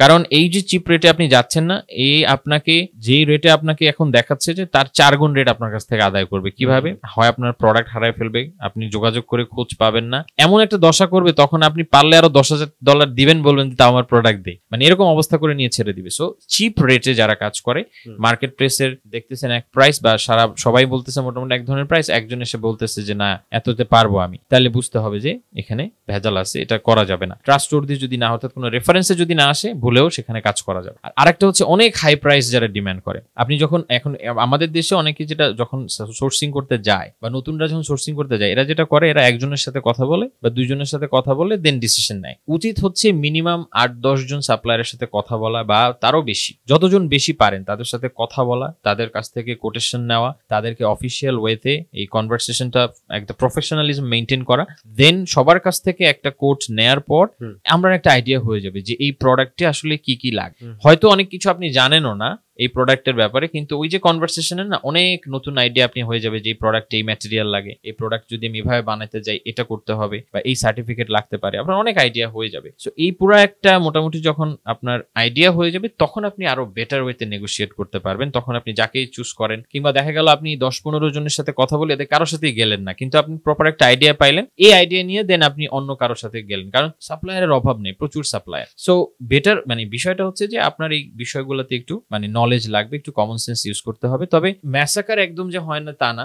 যেমন হচ্ছে রিসেন্ট এরকম একটা ঘটনা যে এটা ডিরেক্ট সাপ্লায়ার না, যারা ফ্রেট ফরওয়ার্ডার, একজন আমার এক ক্লায়েন্ট, তাই সে এরকম একটা ওই যে চিপ রেটে দেখছে, মানে মার্কেট প্লেসের থেকে অনেক চিপ রেটে দিচ্ছে। মার্কেট প্লেসের থেকে আমার এক্স্যাক্টলি মনে নেই, হয়তো পার কিলোতে বোধহয় আপনার $1 মতো বা তার নিচে প্রাইস দিচ্ছিল ওশান শিপমেন্টে। তো আমার ক্লায়েন্ট তার সাথে করছে, ফলাফল প্রায় $3,500 প্রায় হচ্ছে আপনার ইনভেন্টরি, কোনো খবর নেই, হারাই গেছে, নাই। এখন সে বলতেছে যে তাকে মানে পুরো টাকা পে করেনি, হয়তো বা আপনার 50% করছিল বা 50%, এখন সে বলতেছে 50% দাও, তাইলে বলবো প্রোডাক্ট কোথায় আছে। কারণ আমার ক্লায়েন্ট তো সাহস পাচ্ছে না যে আমি 50% দিলে যদি এরপরে আমাকে বলে যে না নাই, সে হারায় যায়। তো এই অবস্থায় এখন এটা ঝুলতেছে আর কি। আচ্ছা, মানে যেহেতু আলিবাবা থেকে ম্যাক্সিমাম হচ্ছে আপনার সোর্সিং গুলো করা হয়, ওখানে কি এরকম কোনো সিস্টেম আছে যে ভেরিফাইড হচ্ছে সাপ্লায়ার, অ্যামাজন আলিবাবা হচ্ছে নিজে হচ্ছে একটা প্যানেল মেইনটেইন করে, কিংবা হচ্ছে তার লিস্টেড কিছু সাপ্লায়ার আছে, যে আমি যদি তার সাথে ডিল করি, যেহেতু হচ্ছে আলিবাবা প্ল্যাটফর্ম আমাকে হচ্ছে দিচ্ছে, এনসিউরিটি দিচ্ছে যে ও হচ্ছে আমার ভেরিফাইড অথবা লিস্টেড সাপ্লায়ার, ওই ক্ষেত্রে হচ্ছে রিস্ক একদম জিরো, এরকম কি কোনো অপরচুনিটি আছে? জি, আলিবাবার একটা নিজস্ব প্রোগ্রাম আছে যেখানে আপনি হচ্ছে ওই আলিবাবা, এমনিতে আলিবাবাতে ভেরিফাইড সাপ্লায়ার অবশ্যই, মানে ভেরিফাইড ব্যাজ আছে, এরকম সাপ্লায়ার দেখেই কাজ করা উচিত। কিন্তু ভেরিফাইড থাকা মানেই যে সেখানে গ্যারান্টি আপনি পাচ্ছেন তা না।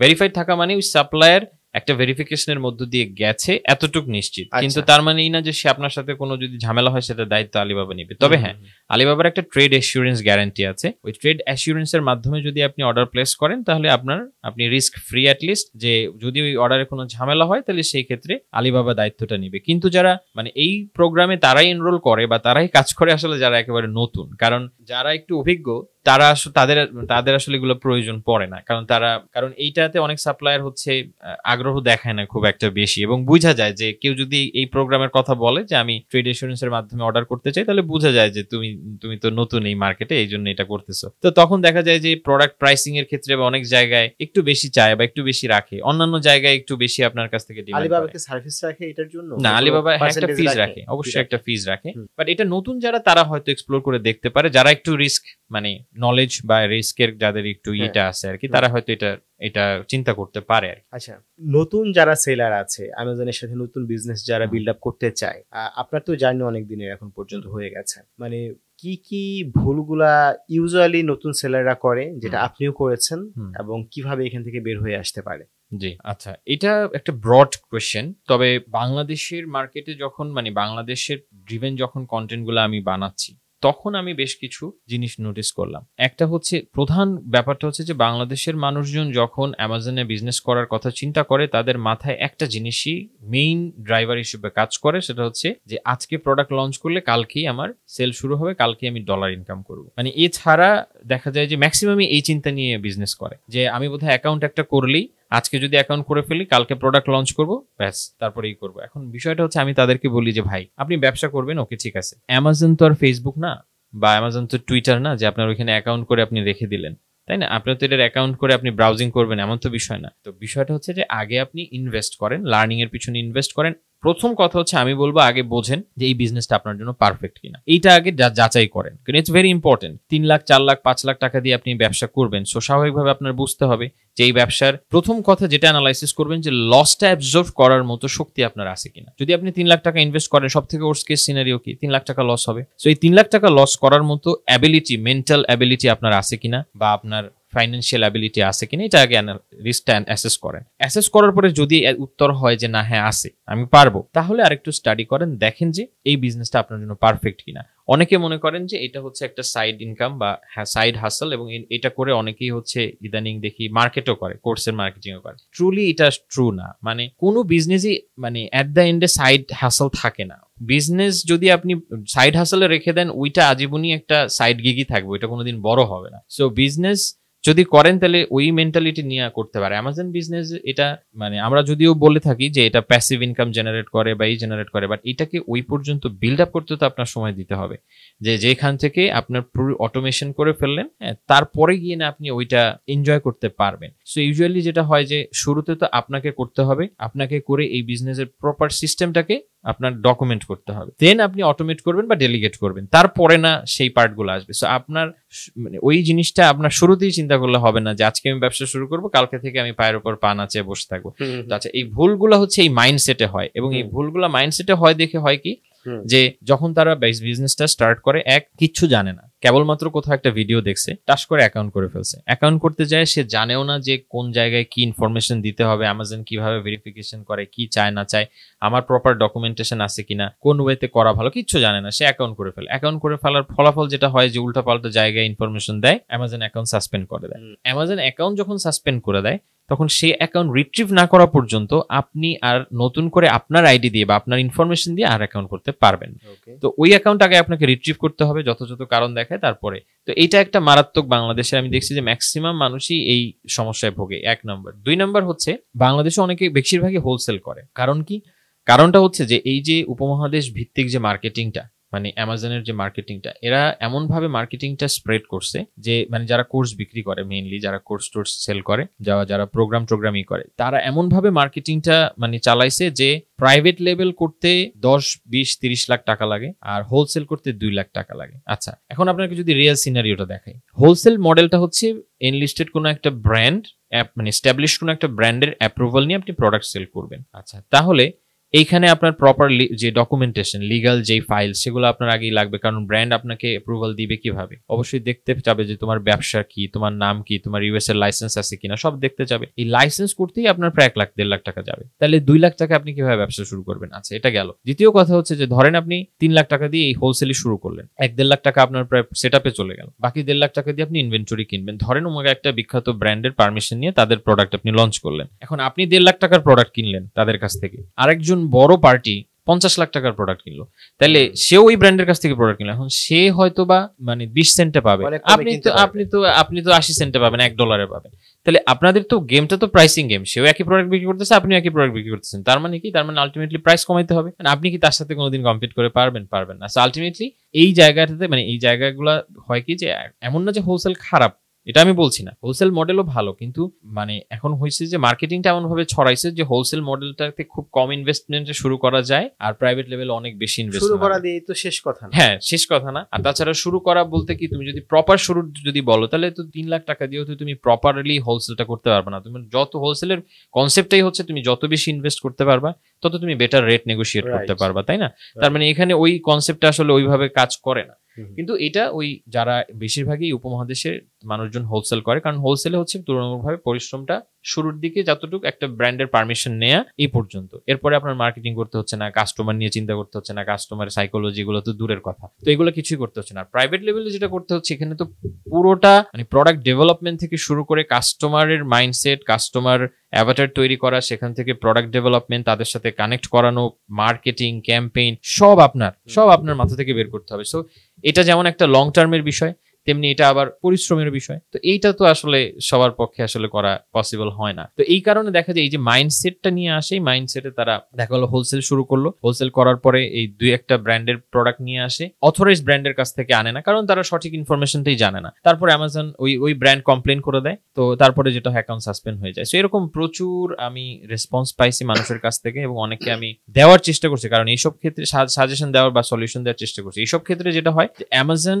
প্রতিনিয়ত খুব সজাগ থাকে যে আমাদের মার্কেট প্লেসে যাতে মানে এই গেমার্স যারা এই ধরনের ভুয়া ব্যবসায়ী, যারা হচ্ছে আজকে ব্যবসা এক্সাইটমেন্টে আসবে ব্যবসা করতে, 2 দিন পরে ব্যবসা গুটে চলে যাবে, এই জাতীয় যত মানুষ কমানো যায় এবং যত ট্রু ব্যবসায়ী যারা তাদের যত জায়গা দেওয়া যায়, এইটা অ্যামাজন ধীরে ধীরে খুব বেশি এনফোর্স করতেছে। তো এটা মোটামুটি আমি দেখতেছি যে গত প্রায় 2-3 বছর যাবত এরা প্রচন্ড পরিমাণে এটাকে এনফোর্স করতেছে, এবং এটা বলা যায় মোটামুটি আগামী 3-4 বছরের মধ্যে এটা মোটামুটি একটা শক্ত অবস্থানে চলে যাবে অ্যামাজন, যে তুমি যদি ট্রুলি ব্যবসা করতে চাও তাহলে Amazon is good for you. যদি তুমি ট্রু বিজনেস পার্সন না হও, বিজনেস মাইন্ডসেটের না হও, তুমি এখানে তেমন কিছুই করতে পারবা না। আচ্ছা, অ্যাকাউন্ট যেটা আপনি যে ব্রেকডাউনটা যখন বলছিলেন তখন বলেন যে অ্যাকাউন্ট সেটআপে হচ্ছে 1-1.5 লাখ টাকার মতো যায়। মানে আমি যদি মানে অ্যাজ এ সেলার হিসাবে অ্যাকাউন্ট খুলতে চাই, যেটা বুঝতে পারলাম আপনার সাথে কথা বলে, একটা খরচ আছে, এরপর হচ্ছে আপনার প্রোডাক্ট যখন আমি সোর্স করছি ওখানে একটা খরচ আছে, অ্যামাজনের একটা ফি আছে। অ্যাকাউন্ট ওপেন করতে আসলে কেন খরচ লাগে? জি, কোথায় লাগে? অ্যাকাউন্ট ওপেন করতে খরচ লাগে না, খরচটা হচ্ছে যে একটা বিজনেস লাইসেন্স করতে। যদি আপনি হোলসেল করেন তাহলে ম্যান্ডেটরি আপনাকে বিজনেস লাইসেন্স করতেই হবে, কারণ একটা ব্র্যান্ড যখন আপনাকে সেল করার পারমিশন দিবে তাদের প্রোডাক্ট, তাহলে সে দেখেই দিবে যে আপনি একটা অথরাইজড বিজনেস ওইখানকার ইউএস এর, আপনার একটা লাইসেন্স করা আছে, মানে এলএলসি বা এই জাতীয় কোনো একটা লাইসেন্স করা আছে, এবং আপনার সেলার সার্টিফিকেটও আছে, মানে সেল করা রিসেলের যে পারমিশনটা সেটাও আপনার আছে, স্টেট থেকে নেওয়া আছে। এই যে কাগজপত্রগুলা, এইগুলো আপনার অ্যারেঞ্জ করতে প্রায় লাখখানেক টাকা। এটা ডিপেন্ড করে যে কোন স্টেট থেকে আপনি নিচ্ছেন, সেটার উপরে ডিপেন্ড করে। তো বেশিরভাগ দেখা যায় হোলসেল যারা করে তারা টেক্সাস থেকে নেয়। এটাও একটা মার্কেটিং পলিসি, কারণ হচ্ছে কি যে যারা মানে এই প্রোগ্রামগুলো পরিচালনা করে বাংলাদেশে বা এই উপমহাদেশ ভিত্তিক, পাকিস্তান এটার সাথে বেশি মানে ইনভলভ, তো এরা যারা পরিচালনা করে, টেক্সাসে যদি আপনি একটা বিজনেস ফর্ম করতে যান ফরেনার হিসেবে, সব থেকে বেশি খরচ হয় এককালীন একটা ভালো প্যাকেজ। তো ওই প্যাকেজের এরা তো হচ্ছে ওই ধরেন আপনাকে কোর্স করাইলাম আমি, এখন বলতেছি যে আপনি বলতেছেন যে ভাই আমার এলএলসিটা করায় দেন, কারণ আমি যেহেতু আপনি আমাকে ট্রাস্ট করেন, আমি আপনার মেন্টর, তো এই সুযোগটা নিয়ে তারা করতেছে কিনা সবাইকে বলতেছে এলএলসি, টেক্সাস এলএলসি করা বেটার, টেক্সাস এলএলসি করো। কারণ হচ্ছে ওইখানে প্যাকেজটা একটু ভারী, আর কিছুই না। মানে ওইখানে গভর্নমেন্ট ফিজে প্রায় মনে হয় $600-700 মতো, আর হচ্ছে ওরা বেশ কিছু সার্ভিস চার্জ নেয়, মিলায় জিলায় একটা 1.5 লাখ টাকার প্যাকেজ দিয়ে ধরায় দেয়। কিন্তু আপনি যদি অন্য স্টেটে করেন, অনেক স্টেট আছে বিজনেস ফ্রেন্ডলি স্টেট, ফরেনারদের জন্য ভালো, যেমন ওয়াইওমিং একটা স্টেট আছে, নিউ মেক্সিকো একটা স্টেট আছে, নেভাডা আছে। সো এগুলা হচ্ছে বিজনেস ফ্রেন্ডলি, খরচটা তুলনামূলকভাবে কম, একই সব কথাবার্তা একই, কিন্তু এই যে বাংলাদেশের মানুষ কিন্তু কেউ ইনফরমেশন গুলো দিবে না, কেউ তো বলবে না। এখানে তো মানে এই যে টোটাল বিজনেস যে আপনার রেজিস্ট্রেশনটা করা, এটা তো বাংলাদেশ থেকেই অনলাইনেই করা যায়, সব অনলাইনে করা যায়। জি, এখানে প্রত্যেকটা জিনিস অনলাইনে। এখন মানুষজন এটা সঠিকভাবে জানে না, না জানার কারণে এটা নিয়ে এই জন্য আমি ইউটিউবে ভিডিও দিচ্ছি, আমি কিভাবে প্রত্যেকটা প্রসেস কিভাবে নিজে করবেন এবং কোনো মিডলম্যান ইউজ করবেন না, এই জিনিসটা আমি বলার চেষ্টা করছি। কারণ এরকম অনেক মানুষ আমার কাছে আসছে যে পাকিস্তানি অমুকের মাধ্যমে করছি, তমুকের মাধ্যমে করছি, এখন আর তার কোনো খবর নাই, সে হারাই গেছে। এরকম আমি $1000 দিছি, $800 দিছি, এখন আর কোনো খবর নেই, আমাকে ব্লক করে দিছে। এরকম প্রচুর স্টোরি আসছে। তো এইটা যাতে না হয় এই জন্য আমি পুরো আমার ইউটিউব চ্যানেলে আমি এটা একদম ফ্রিতে এরকম ভিডিও আছে অনেকগুলা, প্লাস আমি এটা নিয়ে একটা 2টা গাইড বই আলাদা আলাদা লিখছি যে কিভাবে এলএলসি করবেন, কিভাবে ইআইএন করবেন, যাতে করে আপনারা এই 2 জায়গায় মানুষের কাছে না যান, দরকার নেই। কারণ আপনি যে কোনো মিডলম্যানের কাছে যদি যান, ধরেন আপনি বললেন যে আপনি এলএলসি করেন, আমি বললাম ভাই করে দেন, আপনি কিভাবে করবেন? আপনাকে তো ইউএসএ তে একটা রেজিস্টার্ড এজেন্টের কাছেই যাইতে হবে, কারণ তারা ছাড়া তো পারমিশন নেই কারো করে দেওয়া। আপনি এই মিডলম্যানটাকে কাট করে আপনি সরাসরি সেই রেজিস্টার্ড এজেন্টের কাছে যান, নিজেই করেন। তো সেটা অনলাইনে পুরোপুরি করা যায়, আপনি যদি সঠিকটা জানেন, কোনো সমস্যা নেই। ধরেন এখন কেউ যদি বিজনেস শুরু করতে চায়, তার তো আসলে প্রোডাক্ট সোর্স করতে হবে, তার ফার্স্ট প্রোডাক্টটা খুঁজে পেতে হবে। তো আপনার ক্ষেত্রে আসলে বিষয়টা কেমন ছিল, মানে অথবা আপনি যদি এখন কাউকে সাজেস্ট করেন যে আপনি যেহেতু বিজনেস শুরু করতে চাচ্ছেন, প্রোডাক্ট চয়েস করার সময় এই জিনিসগুলো মাথায় রাখবেন। জি, এটা আসলে একটা ব্রড কোশ্চেন। আমি যেটা বলি সব সময় যে প্রোডাক্ট সিলেক্ট করার আগে কাস্টমার সিলেক্ট করতে, মানে আমি এটা সব সময় বলি যে আমরা বেশিরভাগ সময় যেটা করি যে আমরা প্রোডাক্টটা সিলেক্ট করে ফেলি, দেন আমরা খুঁজি যে কাস্টমার কে হইতে পারে, কাকে এই প্রোডাক্ট ঢুকানো যায়, কার ইসে ঢুকানো যায়, কার পোর্টফোলিওতে এটা ইনসার্ট করা যায়। আমার বোধহয় এটা রং আইডিয়া, রং কনসেপ্ট। আপনি যদি আগে কাস্টমার অ্যাভাটারটা ঠিক করেন, তাহলে দেখবেন যে আপনার প্রোডাক্ট ডেভেলপমেন্ট থেকে শুরু করে আইডিয়েশন থেকে শুরু করে পুরো যে স্ট্র্যাটেজিটা, আপনি অসাধারণ একটা স্ট্র্যাটেজি বিল্ড আপ করতে পারবেন, এবং যেটা আপনি কাস্টমারের সাথে কানেক্ট করে শুরু থেকেই করতে পারবেন। সো আমার কাছে মনে হয় কাস্টমার অবসেশন নাম্বার 1। নাম্বার 2 হচ্ছে প্রোডাক্টের ক্ষেত্রে, এটা হচ্ছে যে আমার একটা কোর কথা। আর প্রোডাক্ট সিলেকশনের ক্ষেত্রে আমি 3টা জিনিস মূলত আমি বলবো, 3টা জিনিস একদম কোর জিনিস। একটা হচ্ছে মার্জিন, একটা হচ্ছে মার্কেট, আর একটা মাল্টিপ্লায়ার। মার্জিনটা হচ্ছে আপনার প্রোডাক্টের এনাফ মার্জিন যাতে থাকে, এটা কোনোভাবেই মানে করা যাবে না, ইগনোর করা যাবে না। একটা ভালো মার্জিন রাখতে হবে, গ্রস একটা মার্জিন রাখতে হবে মিনিমাম 33%-এর উপরে। গ্রস মার্জিন মানে আপনি অ্যাডে বাজেট বাইরে, মানে আপনি এখন অ্যাডে খরচ করেন, আপনার প্রোডাকশন কস্ট, আপনার শিপিং কস্ট, অ্যামাজনের ফিস টুকটাক যেগুলো হয় সেগুলো হিসেব করে 33%-এর বেশি যাতে আপনার মার্জিন থাকে, তার মানে আপনার তখন মার্কেটিং এ স্পেন্ড করার মতো এনাফ ক্যাশ আছে, প্লাস হচ্ছে আরো তো ভেরিয়েবলস আছে, আরো কিছু কস্ট আছে। তো প্রথম কথা হচ্ছে এই মার্জিন আপনাকে এনশিওর করতে হবে। 2 হচ্ছে মার্কেট। অ্যামাজনটা হচ্ছে আসলে একটা demand based market place, true. কারণ হচ্ছে কি যে এখানে আপনি ডিমান্ড ক্রিয়েট করার থেকে, এখানে যেহেতু এক্সিস্টিং ডিমান্ড আছে, তো সেইটাকে পুঁজি করে ব্যবসা করাটা বেটার। তবে হ্যাঁ, ডিমান্ড ক্রিয়েট করা যায়, কিন্তু এখন নতুন সেলার হিসেবে আমি সেটা আপনাকে কখনোই রেকমেন্ড করব না। তো এটা মানে এটা আরো অ্যাডভান্স লেভেলের কথাবার্তা। তো আপনার টার্গেটটা থাকবে যে যেহেতু এটা একটা এক্সিস্টিং মার্কেট প্লেস, যেখানে মানে এক্সিস্টিং ডিমান্ড যেহেতু আছে, এরকম একটা demand based market place, so existing ডিমান্ডের মধ্য থেকেই আমার একটা ইউনিক কিছু বের করতে হবে। সো সেটা পুঁজি করে ভালো, এই জন্য ডিমান্ড থাকতে হবে। এখন আপনার প্রোডাক্টের ডিমান্ডই নাই, কেউ কিনেই না বা কেউ সার্চই করে না, কেউ জানেই না, সেই ক্ষেত্রে আপনাকে একটু স্ট্রাগল করতে হবে যদি আপনি না বুঝেন বা না জানেন যে কিভাবে আসলে সেই ডিমান্ডটা মার্কেটে ক্রিয়েট করতে হবে। তো এখানে একটা ফানি স্টোরি মনে পড়ে গেল আসলে, যে আমরা তো সবাই ওই যে লিস্টারিনের সাথে পরিচিত, ওই যে আপনার যে মাউথ ওয়াশ যেটা ইউজ করি, তো এটা বোধহয় আপনার 1900 সালের দিকে, আপনারা এটা হয়তো অনেকেই জানে না, 1917 দিকে অ্যালবার্ট ল্যাস্কার, যিনি আর কি এই লিস্টারিনের তো উনি একটা আইডিয়া বের করলেন। উনি আইডিয়াটা বের করলেন এরকম যে উনি একটা নতুন ডিজিজ আবিষ্কার করলেন। ওনার ডিজিজের নাম দিলেন হ্যালিটোসিস। তো উনি এটাকে প্রচুর মার্কেটিং করলেন, উনি টিভি নিউজ সব জায়গায় স্প্রেড করে দিলেন যে you have halitosis. Halitosis, what's halitosis? বলে ব্যাড ব্রেথ, মানে মুখের সাথে যে গন্ধ আসে ওইটা ওইটা একটা নামও দিয়ে দিলেন, এবং এটা তুমি একটা মোটামুটি ভীতির সঞ্চার করে দিলেন। ব্যাড ব্রেথ আছে তোমার, my wife told me yes I have halitosis, তাহলে তোমার তো লিস্টারিন ইউজ করা দরকার, you should use Listerine. So এটার পরে কিন্তু ওদের সেল স্কাই রকেট হয়ে গেছিল, প্রচুর সেল বেড়ে গেছিল। তো এই ধরনের মানে এটা হলো অ্যাডভান্স লেভেলের বিষয়। যদি আপনি নতুন হন তাহলে হয়তো বা ডিমান্ড ক্রিয়েশনে না যাওয়াই ভালো, যেহেতু এক্সিস্টিং ডিমান্ডটাকে আপনি ইউটিলাইজ করতে পারবেন, সেটার উপরে বেস করে কাজ করেন, তাহলে কি গেল, প্রথমে গেল মার্জিন, তারপরে মার্কেট, আর মাল্টিপ্লায়ারটাও ইম্পর্টেন্ট, সেটা হচ্ছে আপনার গ্রোথ পোটেনশিয়াল। এখন আপনি একটা প্রোডাক্ট নিয়ে কাজ করতেছেন, যেই প্রোডাক্টের আপনি অ্যানালাইসিস করেন নাই যে আপনার স্কেলেবিলিটি কতটুকু, মানে আপনি ধরেন মান্থলি $5,000 ধরে নিলেন যে আপনি টার্গেট হচ্ছে $5,000 সেল করবো, এটা কি আপনি মান্থলি $20,000, $30,000, $50,000 কি স্কেল করতে পারবেন, বা ইয়ারলি এটা কি 1 মিলিয়নে স্কেল করতে পারবেন, বা বিয়ন্ড তার পিছনে স্কেল করতে পারবেন? সো এইটা আপনি যদি ক্যালকুলেট না করেন তাহলে কিন্তু আপনার বিজনেস গ্রোথ অপরচুনিটিটা কমে যাবে। সো এই তিনটা জিনিস আমার মনে হয় কোর ফান্ডামেন্টাল, মার্জিন, মার্কেট এবং মাল্টিপ্লায়ার। আচ্ছা ভাই, ধরেন যে আমার প্রোডাক্ট হচ্ছে এনলিস্টেড হয়ে গেছে, এখন তো আসলে বিক্রি করতে হবে। ইন জেনারেল কি কি জিনিস আপনি সাজেস্ট করবেন যে আপনি যদি বিক্রি বাড়াতে চান তাহলে এই জিনিসগুলো আসলে মাথায় নিয়েই কাজ করতে হবে? এটা খুবই গুরুত্বপূর্ণ এবং খুবই সুন্দর একটা প্রশ্ন। তো এখানে সবাই আপনাকে আসলে গদবাঁধা কিছু কথা বলবে। যে প্রথমে আমি জানি যে সবাই বলবে যে আপনি অ্যাড রান করেন বা পিপিসি করেন। অনেকেরই ধারণা যে অ্যামাজনের অ্যাড রান করলে ওটার দিকে সেল বাড়ানো যায়। তো আমি বলবো যে সবার প্রথমে আপনার মনোযোগ দেওয়া উচিত হচ্ছে কাস্টমার অবসেশন, যে আপনার প্রোডাক্টের যে কাস্টমার অ্যাভাটার সেটার সাথে আপনার প্রোডাক্টের যে প্রেজেন্টেশন সেটা ম্যাচ করে কিনা। কোনো কারণে যদি আপনার কাস্টমার আপনার প্রোডাক্ট পেজে আসার পরে সে যদি কোনো কারণে কানেক্ট না করতে পারে তার সাথে, সে লিভ করবে, কারণ সব অপশনসের অভাব নাই। মানে ইউজুয়ালি যদি আপনার নিজের কন্ট্রোলে থাকতো, যেমন আমার নিজের ওয়েবসাইট, আমি কাস্টমারকে কন্ট্রোল করতে পারতেছি বেটার ওয়েতে, সেটা আলাদা কথা। বাট এটা তো অ্যামাজন, এখানে শত শত প্রোডাক্ট আপনার প্রোডাক্টের চারপাশে ঘোরাফেরা করতেছে, সো ডিস্ট্রাকশনের অভাব নেই। তো কাস্টমারের সময় লাগবে না, দ্রুত সে এক জায়গা থেকে আরেক জায়গায় মুভ করে চলে যাবে। সো বেটার অফার কোনটা এটাতে সবসময় সে থাকবে। সো এই জন্য আমি যেটাকে বলি আসলে মাফিয়া অফার, মানে আপনাকে ওইরকম একটা কিছু চিন্তা করতে হবে যে আপনার কাস্টমার কোনোভাবেই যেন আপনার প্রোডাক্ট পেজে আসার পরে সে এটা থেকে আর বের হইতে না পারে। সে চিন্তা করবে যে ওয়াও এটা তো আমি, সে যতগুলো ছবি দেখবে প্রত্যেকবার সে চিন্তা করবে ওয়াও এটা তো আমি। এটা যদি আপনি না করতে পারেন আলটিমেটলি, তাহলে আসলে আমি বলবো যে আপনার যে কোর যেই জায়গায়, সে জায়গায় গলদ। আপনি যতই অ্যাড করেন আর যাই করেন, হয়তো সেল আপনার আসবে কিন্তু আপনার প্রফিট করতে পারবেন না, কারণ কাস্টমার অ্যাকুইজিশন কস্ট যেটা আপনার, ধরেন আপনার আপনার যদি বিজনেস 6 মাস করলেন, 6 মাসে যদি প্রতি সেলের পিছনে আপনার $4-5 করে খরচ করতে হয়, তাহলে এটা আসলে কোনো সাস্টেনেবল বিজনেস না।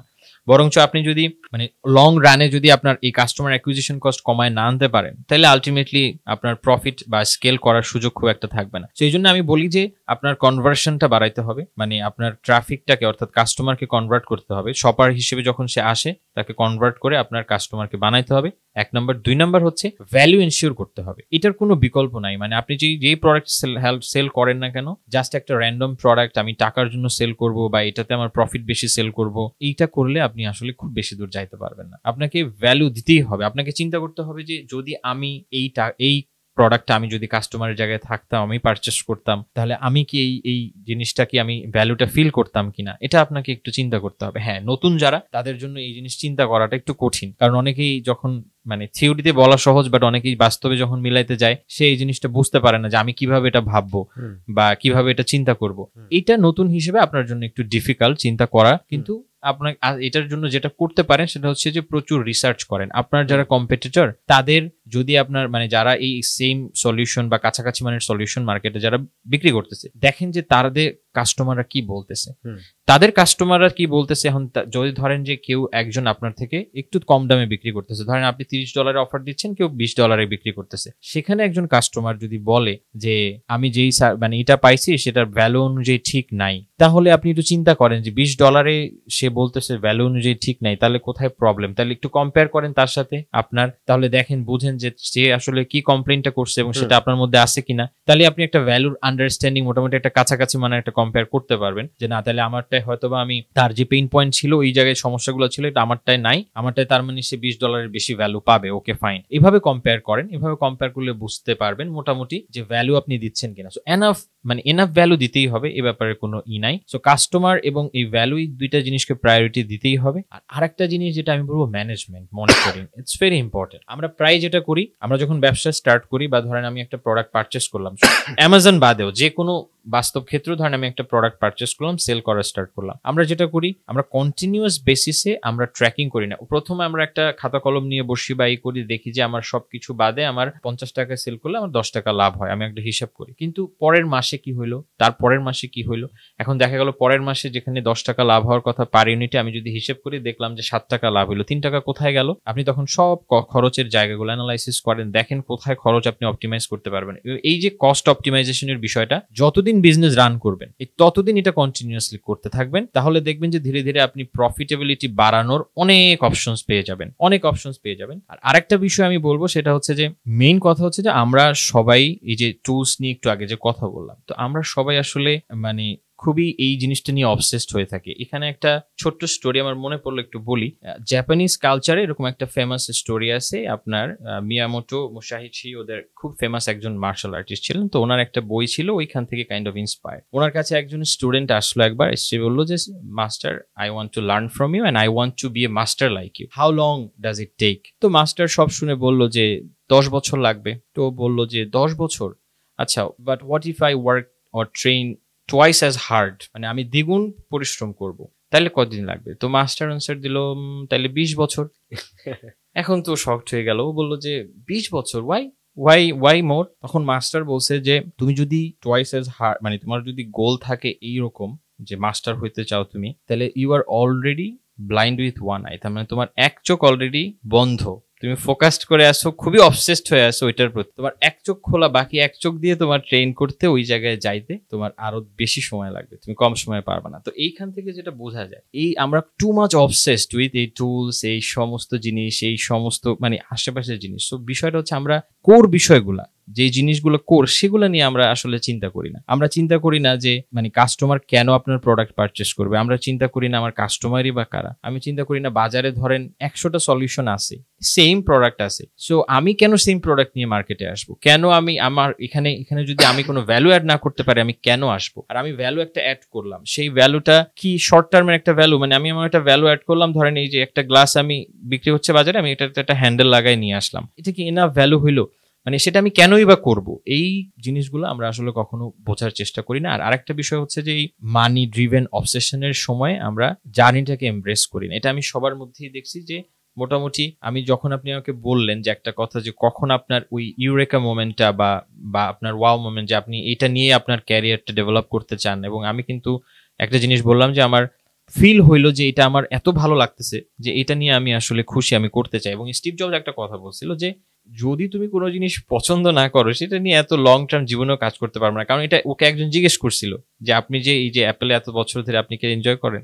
ও বলছিল এনজয় না করলে এত বছর তো প্রশ্নই আসে না, ইজিলি আমি গিভ আপ করে দিতাম, যে কেউ গিভ আপ করে দিবে।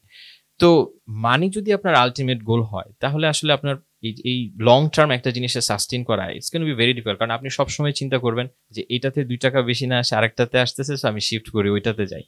So it's very difficult. So এই জন্য আমার মনে হয় যে জার্নিটাকে এমব্রেস করা দরকার, যে আপনার সবকিছু স্ট্র্যাটেজিক ওয়েতে করেন, কিন্তু মার্কেটিং এর কোর ফান্ডামেন্টাল যেগুলো, বিজনেসের কোর ফান্ডামেন্টাল যেগুলো, সেটা আপনি যেখানেই করেন, অ্যামাজনে করেন বা অ্যামাজনের বাইরে করেন, বিজনেসের কোর ফান্ডামেন্টালস আপনাকে শিখতেই হবে এবং এগুলাতে আপনার প্রায়োরিটি দিতেই হবে। আপনি যখন প্রোডাক্টের অফার ক্রিয়েট করবেন, আপনি যখন প্রোডাক্ট লঞ্চ করবেন, এই ফান্ডামেন্টালসগুলো আপনার লাগবেই, এবং সেটা যত টুলসই আসুন না কেন রিপ্লেস করতে পারবে না কখনো। এবং আরো ভয়ের কথা, এই যে ধরেন এখন তো এআই চলে আসছে, এখন ফেসবুক মার্কেটিং এর কথা বলেন, এআই কিন্তু অলরেডি একটা বিশাল অংশ দখল করে ফেলছে। এখন ম্যাক্সিমাম মানুষ দেখতেছে যে ম্যানুয়াল টার্গেটিং এর থেকে এআই টার্গেটিং ভালো পারফর্ম করতেছে। আর 5 বছর পর চিন্তা করেন না, জাস্ট মানুষ একটা বাটনের ক্লিকে ফেসবুক অ্যাড রান করে দিবে, তাই না?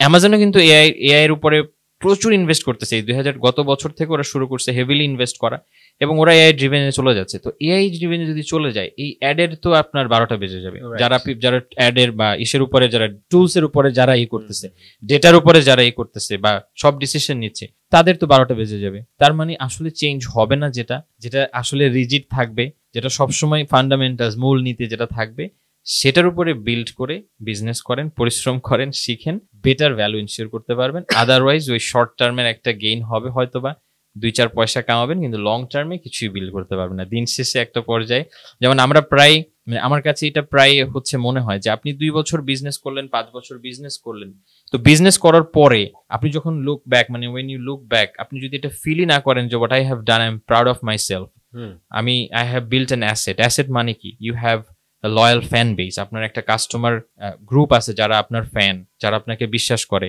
ট্রাস্ট করে। আপনার সেই রকম কিছু অ্যামেজিং সার্ভিস আছে, সার্ভিস মানে সলিউশন, প্রোডাক্ট আছে যেগুলো কাস্টমারকে প্রতিনিয়ত সার্ভ করতেছে। তো আপনার একটা বিশাল কমিউনিটি আছে, আপনার একটা হেলদি নেট প্রফিট আছে, আপনার একটা হেলদি বিজনেস আছে। এটা যদি, এই টাইপের অ্যাসেট যদি আপনার না থাকে 3-4-5 বছর ব্যবসা করার পরে, দেন আমার মনে হয় যে তাহলে তো আসলে আপনার মুদি দোকানদার হয় ভালো, যে আমি সব ব্র্যান্ডের পণ্য আনবো, বিক্রি করব, দিনে লাভ করব।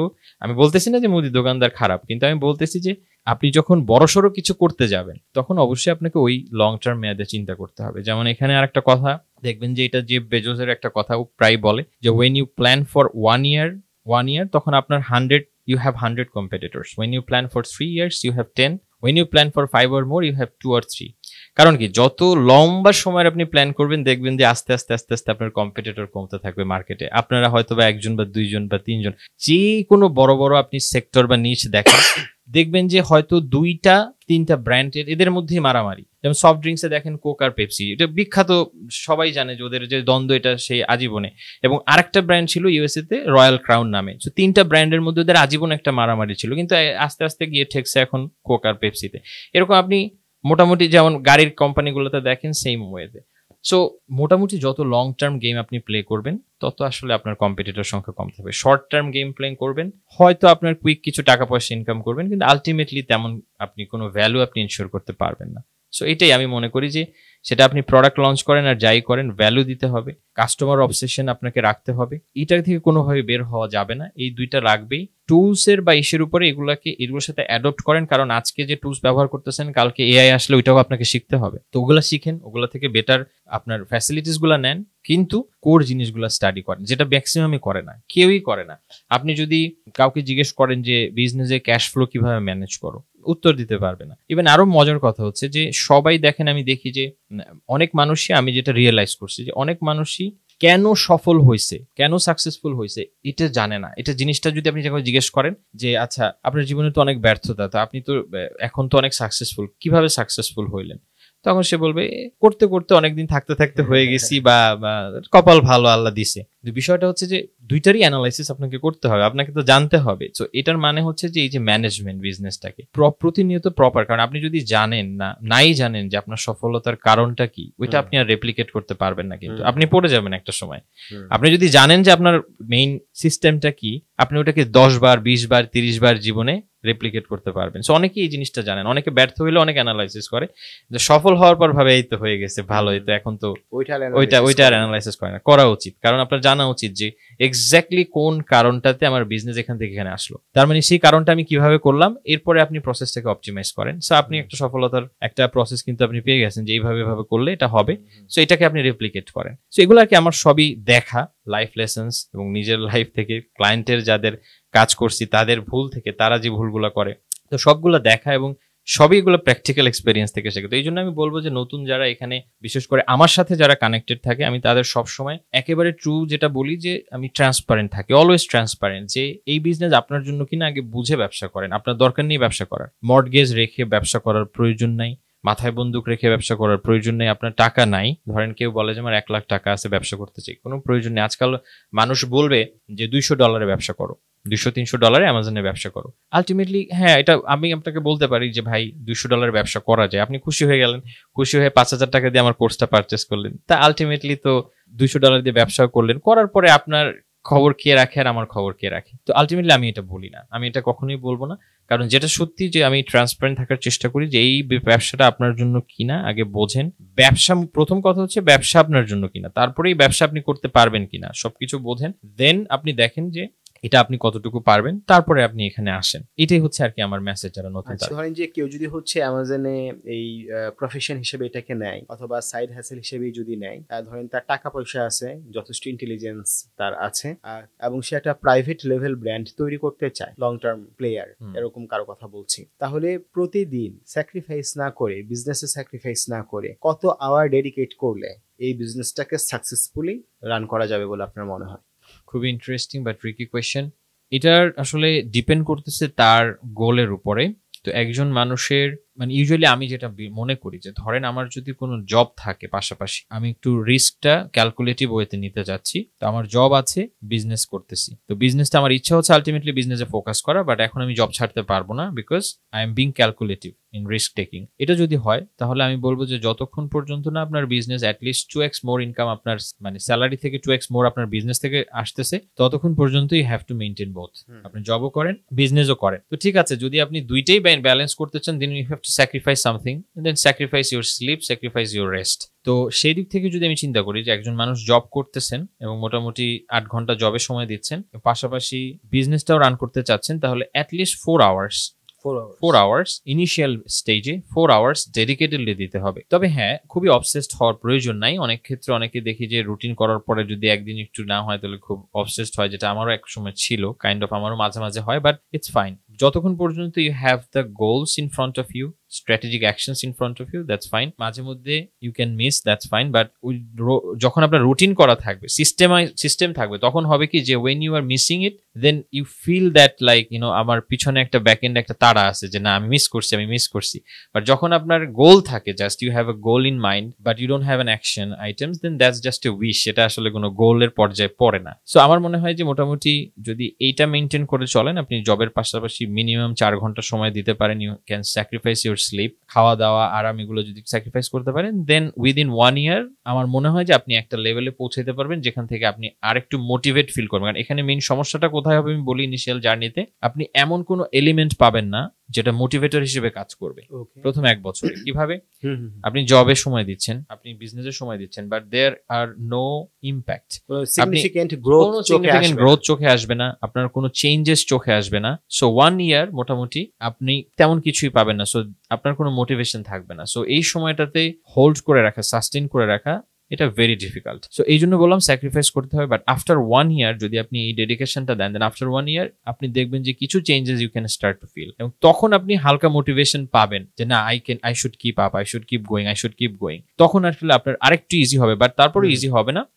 মোটামুটি যদি এইভাবে দুইটা ব্যালেন্স করে রাখতে চান, তাহলে 1 বছর কষ্ট করেন, এইভাবে দুইটাকে চরম লেভেলের কষ্ট করেন। 1 বছর পর থেকে আরো প্রায় 6 মাস 8 মাস আপনাকে আরেকটু পরিশ্রম করতে হবে, তারপরে আশা করি ইনশাআল্লাহ আপনি একটা লেভেলে পৌঁছায় যেতে পারবেন যেখান থেকে আপনি মোটামুটি you can now decide that আমি জব করবো নাকি এটা করবো। হ্যাঁ, তখন আপনার ওই রিস্কটা আসলে তখন আর এরকম রিস্ক মনে হবে now it's fine, now I can totally invest my time into the business. হ্যাঁ, মানে এটা স্পেসিফিক করে বলা কঠিন, তারপর কোশ্চেনটা করি দর্শকের ক্ল্যারিটির জন্য। ধর যে 2 বছর সময় যদি আপনি যে প্রসেস বললেন এই প্রসেসে কেউ ডেডিকেট করে, তাহলে কি টাইপের ইনকাম, মিনিমাম, ম্যাক্সিমাম না, মিনিমাম ইনকাম আসা উচিত বলে মনে হয়? সে যদি ডেডিকেটেডলি 4 ঘন্টা করে 2 বছর পর্যন্ত টাইম দেয়, সে যথেষ্ট সিনসিয়ার, যথেষ্ট ইন্টেলিজেন্ট, তার টাকারও সমস্যা নেই, ইনভেস্টও সে করতে পারবে, এবং মিনিমাম ইনকামটা যদি আপনি বলেন, আমার মনে হয় $1,500 তার এটা ইনকাম তার করা উচিত, যদি সে নিজের সাথে নিজেকে ফাঁকি না দেয়। কারণ অনেকে এটা হয়তো বা করে, বাট দেখা যায় যে এটাকে একটা ব্যাপার আছে, সেটা হচ্ছে যে নেট প্রফিটের কথা তো বলছেন। হ্যাঁ, নেট প্রফিট আপনার হচ্ছে you shouldn't do busy work. কারণ এই মানে আমি যখন বলছি যে আপনি এটা করবেন বা এটা করবেন, এখন তার মানে যে 4 ঘন্টা আপনি দিবেন, 4 ঘন্টা আপনি জাস্ট বসে থাকলেন, মানে এই প্রোডাক্টিভ হইলো না, that's not going to help. Right. So ওইটা যদি মেইনটেইন করেন তাহলে $1,500 থেকে $2,000 আমার মনে হয় যে মানে should be able to do. ধরেন এখন আপনি আবার নতুন করে বিজনেসটা শুরু করতে চান অ্যামাজনে, তাহলে আপনি আসলে কিভাবে শুরু করবেন, কি টাইপের প্রোডাক্ট সিলেক্ট করবেন, এবং আপনার মাইন্ডসেটটা কেমন হবে? জি, এটা তো খুবই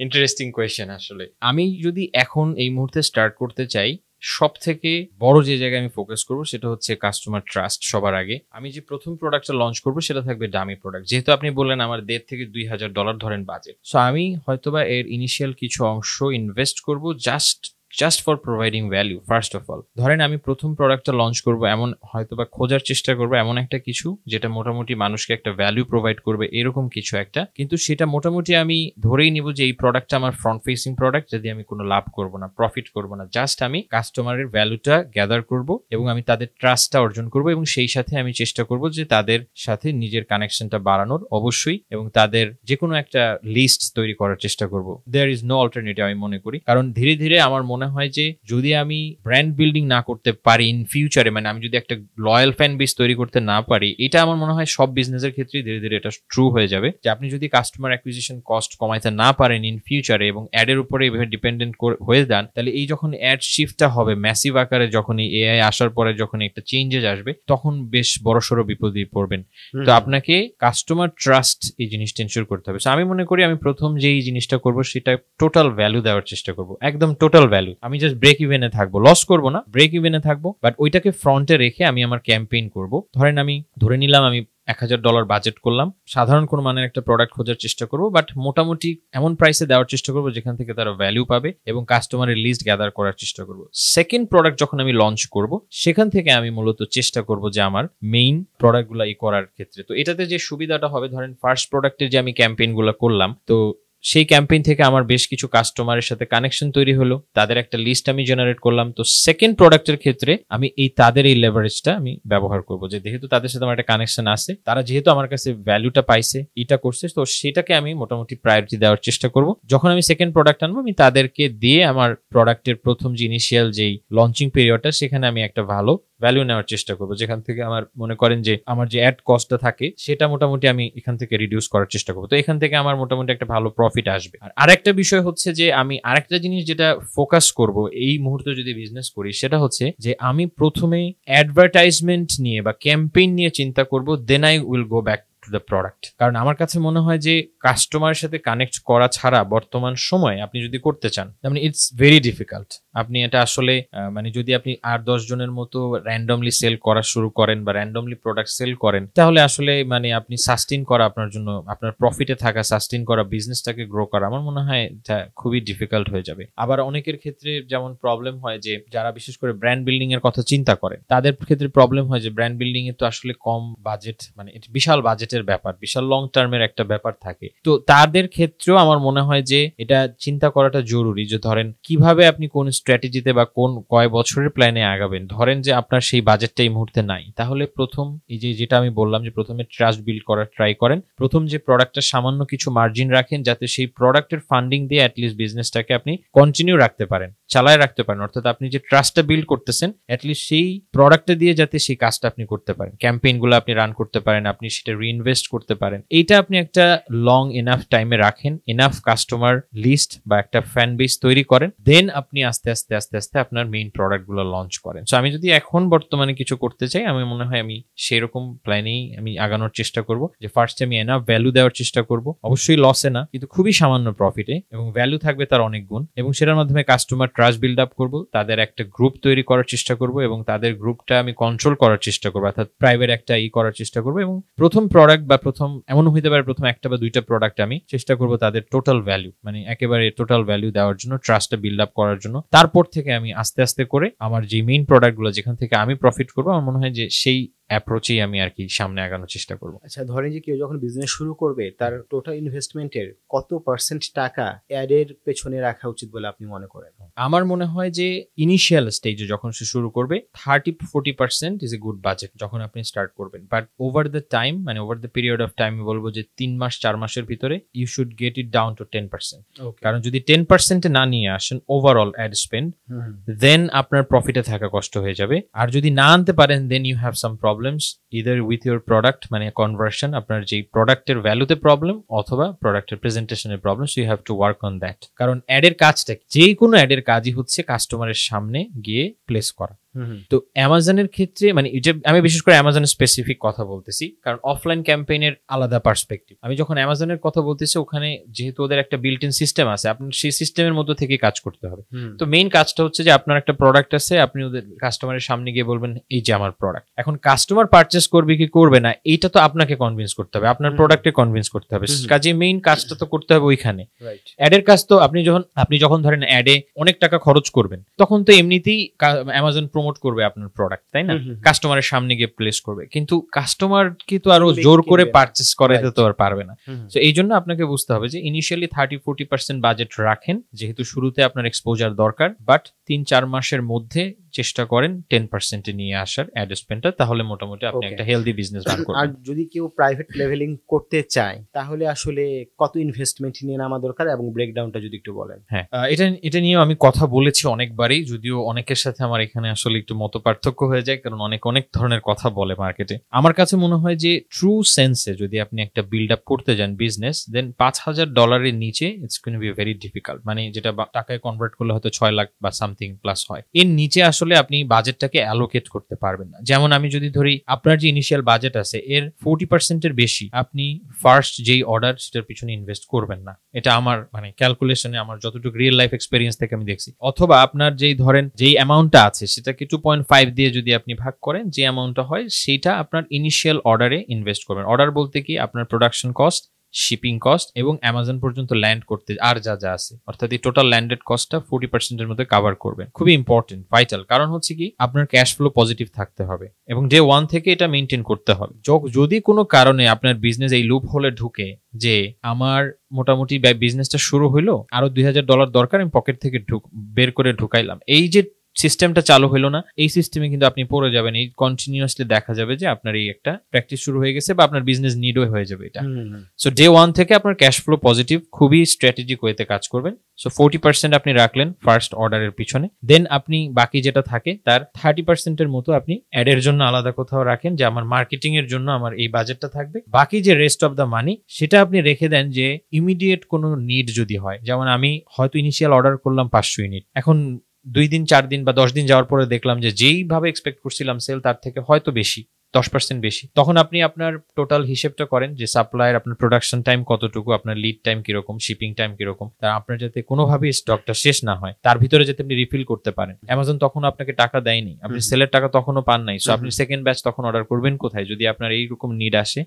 সো এই জন্য রেস্ট অফ দ্য বাজেট আপনার তখন হাতে রাখবেন, যে এরকম কোনো নিড যদি আসে সাথে সাথে যাতে ওইটা থেকে আপনি স্টক থেকে কাজে লাগাইতে পারেন। আর যদি নিড না আসে, যদি সব আপনার এক্সপেকটেশন অনুযায়ী যায়, তাহলে তো আলহামদুলিল্লাহ খুবই ভালো। অ্যামাজন থেকে টাকা পাওয়ার পরে দিন ওই টাকা রিইনভেস্ট করলেন। প্রথম 3 থেকে 4টা অর্ডার কোনোভাবেই, মানে 3 থেকে 4টা অর্ডার মানে 3 থেকে 4 বার যে আপনি অর্ডার করবেন প্রথম দিকের, কোনোভাবেই সেটা তাকানো যাবে না, সব রিইনভেস্ট করতে হবে। অর্থাৎ যে প্রফিট আসবে সেটাকে অ্যালোকেট করতে হবে প্রপার ওয়েতে এবং রিইনভেস্ট করতে হবে। আদারওয়াইজ বিজনেস গ্রো করাটা আপনার জন্য খুবই ডিফিকাল্ট হয়ে যাবে। তো আমি যদি এখন $5,000 ব্রেকডাউনের যেটা চিন্তা করি, তাহলে এইটার 40% আপনি ধরেন ইনভেন্টরির পিছনে লাগালেন, 30% অ্যাডের পিছনে লাগালেন, রেস্ট অফ দ্য মানি মোটামুটি আপনি রিজার্ভ হিসেবে রাখলেন। এখন কেউ হয়তো বলতে পারে যে ভাইয়া তাহলে আমার ওই ইনিশিয়াল ধরেন $3,000 আছে, বাকি $2,000 হয়তো আমি বিজনেস স্টার্ট করব, আমার যখন লাগবে 1 মাসের ভিতরে আমি ম্যানেজ করতে, বা 2 মাস 6 মাসে পরে যদি লাগে আমি ম্যানেজ করতে করব। তো আমার মতে যদি আপনার বিজনেসের যেই টাকা, সেই টাকা যদি একটা সেন্ট্রাল লোকেশনে না থাকে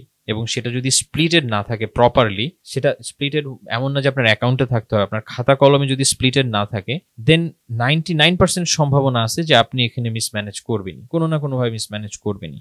তো বেটার ওয়ে হচ্ছে যে যখনই আমি অনেকেই দেখি যে এরকম করে যে আমার বাজেট 5 লাখ টাকা, কিন্তু এই মুহূর্তে আমি 3 লাখ টাকা ইনভেস্ট করব বা 3 লাখ টাকা আমি রাখছি আলাদাভাবে, বাকি 2 লাখ টাকা ওইটা যদি লাগে তখন করব। তাহলে আপনার চিন্তাই করতে হবে যে আপনার বাজেট 3 লাখ, ওই যে 2 লাখ টাকা আপনি ইনভেস্ট করবেন না, ওটা রেখে দিচ্ছেন পরে করবেন, ওইটার কথা ভুলে যেতে হবে। আপনার এই 3 লাখেরই প্ল্যান করতে হবে, প্রপার যে সিস্টেম। কারণ তখন আপনি কি করবেন, তখন আপনি টোটাল একটা ভালো ওভারভিউ দেখতে পাবেন যে আমার এইটা বাজেট, এটা বাজেট, এটা এবং এইটা আমি রিজার্ভের জন্য রেখে দিচ্ছি, ভুলেও হাত দেওয়া যাবে না। এই নিয়মগুলো আপনাকে মানতে হবে থ্রু আউট দ্য জার্নিতে।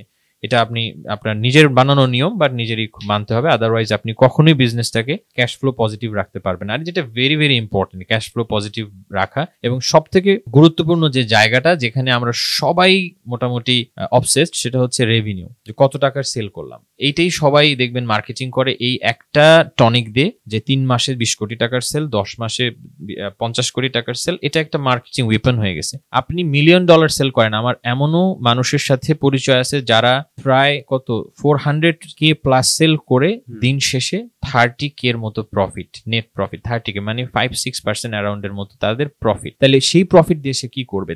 তার মধ্যে তার স্যালারি নাই, মানে সে নিজে স্যালারি এখনো নেয়নি। তাহলে এই বিজনেস রান করে সে আসলে তার ফিউচার কিছু কি করতেছে? সো যতই সেল করুক না কেন ওইটা ম্যাটার করে না। তার থেকে দিন শেষে আপনি যদি ধরেন আপনি $20 পণ্য 10টা ইউনিট বিক্রি করলেন $200, এটা করে আপনার দেখবেন যে নেট প্রফিট অনুযায়ী আপনার $10 লাভ হইলো। দরকার কি আপনি $200 একটা বিক্রি করেন না, $200 একটা বিক্রি করেন, $150 প্রফিট করেন, শেষ। সো বেটার হচ্ছে ফোকাসটা রাখতে হবে হচ্ছে মার্জিনে, ফোকাসটা রাখতে হবে প্রফিটে, আদারওয়াইজ বিজনেস সাস্টেইন করা ভেরি ডিফিকাল্ট হয়ে যাবে। সেই জন্য ক্যাশ ফ্লো পজিটিভ রাখতে হবে, এবং এই টোটাল যে মানে বাজেটিংটা, যে বাজেট অ্যালোকেশনটা শুরুর দিকে এবং এটা থ্রু আউট দ্য জার্নিতে ইটস ভেরি ভেরি ইম্পর্টেন্ট, আপনাকে মেইনটেইন করতে হবে। আচ্ছা, এখানে ধরেন যে আপনি তো বললেন যে 40% এর মতো production cost, product and shipment and everything, 30% হচ্ছে রিজার্ভ আর 30% এর মতো হচ্ছে আপনার প্যাট। আচ্ছা, এখন এখানে বিষয় যেটা হচ্ছে, আপনি তো বললেন যে এলএলসি করতে একটা খরচ লাগে, ওই হিসাবগুলো তো এখানে আসলো না। ওইটার কথা আমি এখানে বলি নাই। এখন আমি সাধারণত রেকমেন্ড করি যে যদি আপনি প্রাইভেট লেভেল করতে যান, ইউএসএ তে করতে যান, এখন পর্যন্ত আপনার জন্য এই সুযোগ আছে যে ইউএসএ তে আপনার এই যে লিগাল ফরমেশন গুলো এগুলো ম্যান্ডেটরি না। আচ্ছা, যদি আপনি হোলসেল করেন তাহলে এগুলো ম্যান্ডেটরি করতেই হবে, কারণ হোলসেল মানে এক্সিস্টিং ব্র্যান্ডের সাথে আপনি কাজ করতেছেন, সো তারা আপনার এই ডকুমেন্টস গুলো চাবে। আর যখন আপনি প্রাইভেট লেভেল করবেন তখন আপনার অ্যাফিলিয়েশনটা অ্যামাজনের সাথে, সো তারা ইউএস এর গভর্নমেন্ট তারা বলতেছে যে তুমি বাংলাদেশের নাগরিক হিসেবে তুমি ইন্ডিভিজুয়ালি সেল করতে পারবা, এটা পারমিশন তোমার আছে। তো তখন আপনার পাসপোর্ট, আপনার যা বাংলাদেশি ডকুমেন্ট সেগুলো দিয়ে আপনি সেল করতে পারবেন। সো ফার্স্ট 3 মান্থস আপনি চাইলে, ফার্স্ট 3 বা 4 মান্থস আপনি চাইলে লিগাল ফরমেশন থেকে দূরে থেকে আপনার বিজনেসটা স্টার্ট করতে পারেন, দেন বিজনেস ফান্ডিং থেকে আপনি এই কাজগুলো সেরে ফেলতে পারেন। এটা আপনার জন্য ভালো আর কি। আচ্ছা, আর হচ্ছে পেমেন্টটা কতদিন পর দেয় Amazon? Amazon biweekly payment দেয়, প্রতি 2 সপ্তাহ পর পর দেয়। কিন্তু যারা নতুন সেলার তাদের ক্ষেত্রে ওরা বেশ কিছুদিন টাকার রিজার্ভে রাখে। এটা ডিপেন্ড করে হচ্ছে আপনার ওভারঅল প্রোডাক্টের উপরে, আপনার রিটার্নের উপরে। সো যদি ওভারঅল আপনার পারফরমেন্স ভালো থাকে, হয়তো 1 বা 1.5 মাসের মতো পিরিয়ড একটা থাকে, তার মানে আমি যদি সেইভাবে ধরে নিই 2টা বা 3টা ধরে রাখে, হোল্ড করে রাখে, দেন ওরা রেগুলার বেসিসে সবগুলাই আবার রিলিজ করা শুরু করে। তো এই জন্য আমি বলতেছি যে যেহেতু ওই যে আমি রিজার্ভে রাখার কথা বলছি, ওইটারও একটা কারণ যে যেহেতু অ্যামাজন শুরুর দিকে আপনাকে ওই ঠিকভাবে পেমেন্ট দিবে না, আপনি নতুন সেলার, ওরা আপনাকে চিনতে পারতেছে না।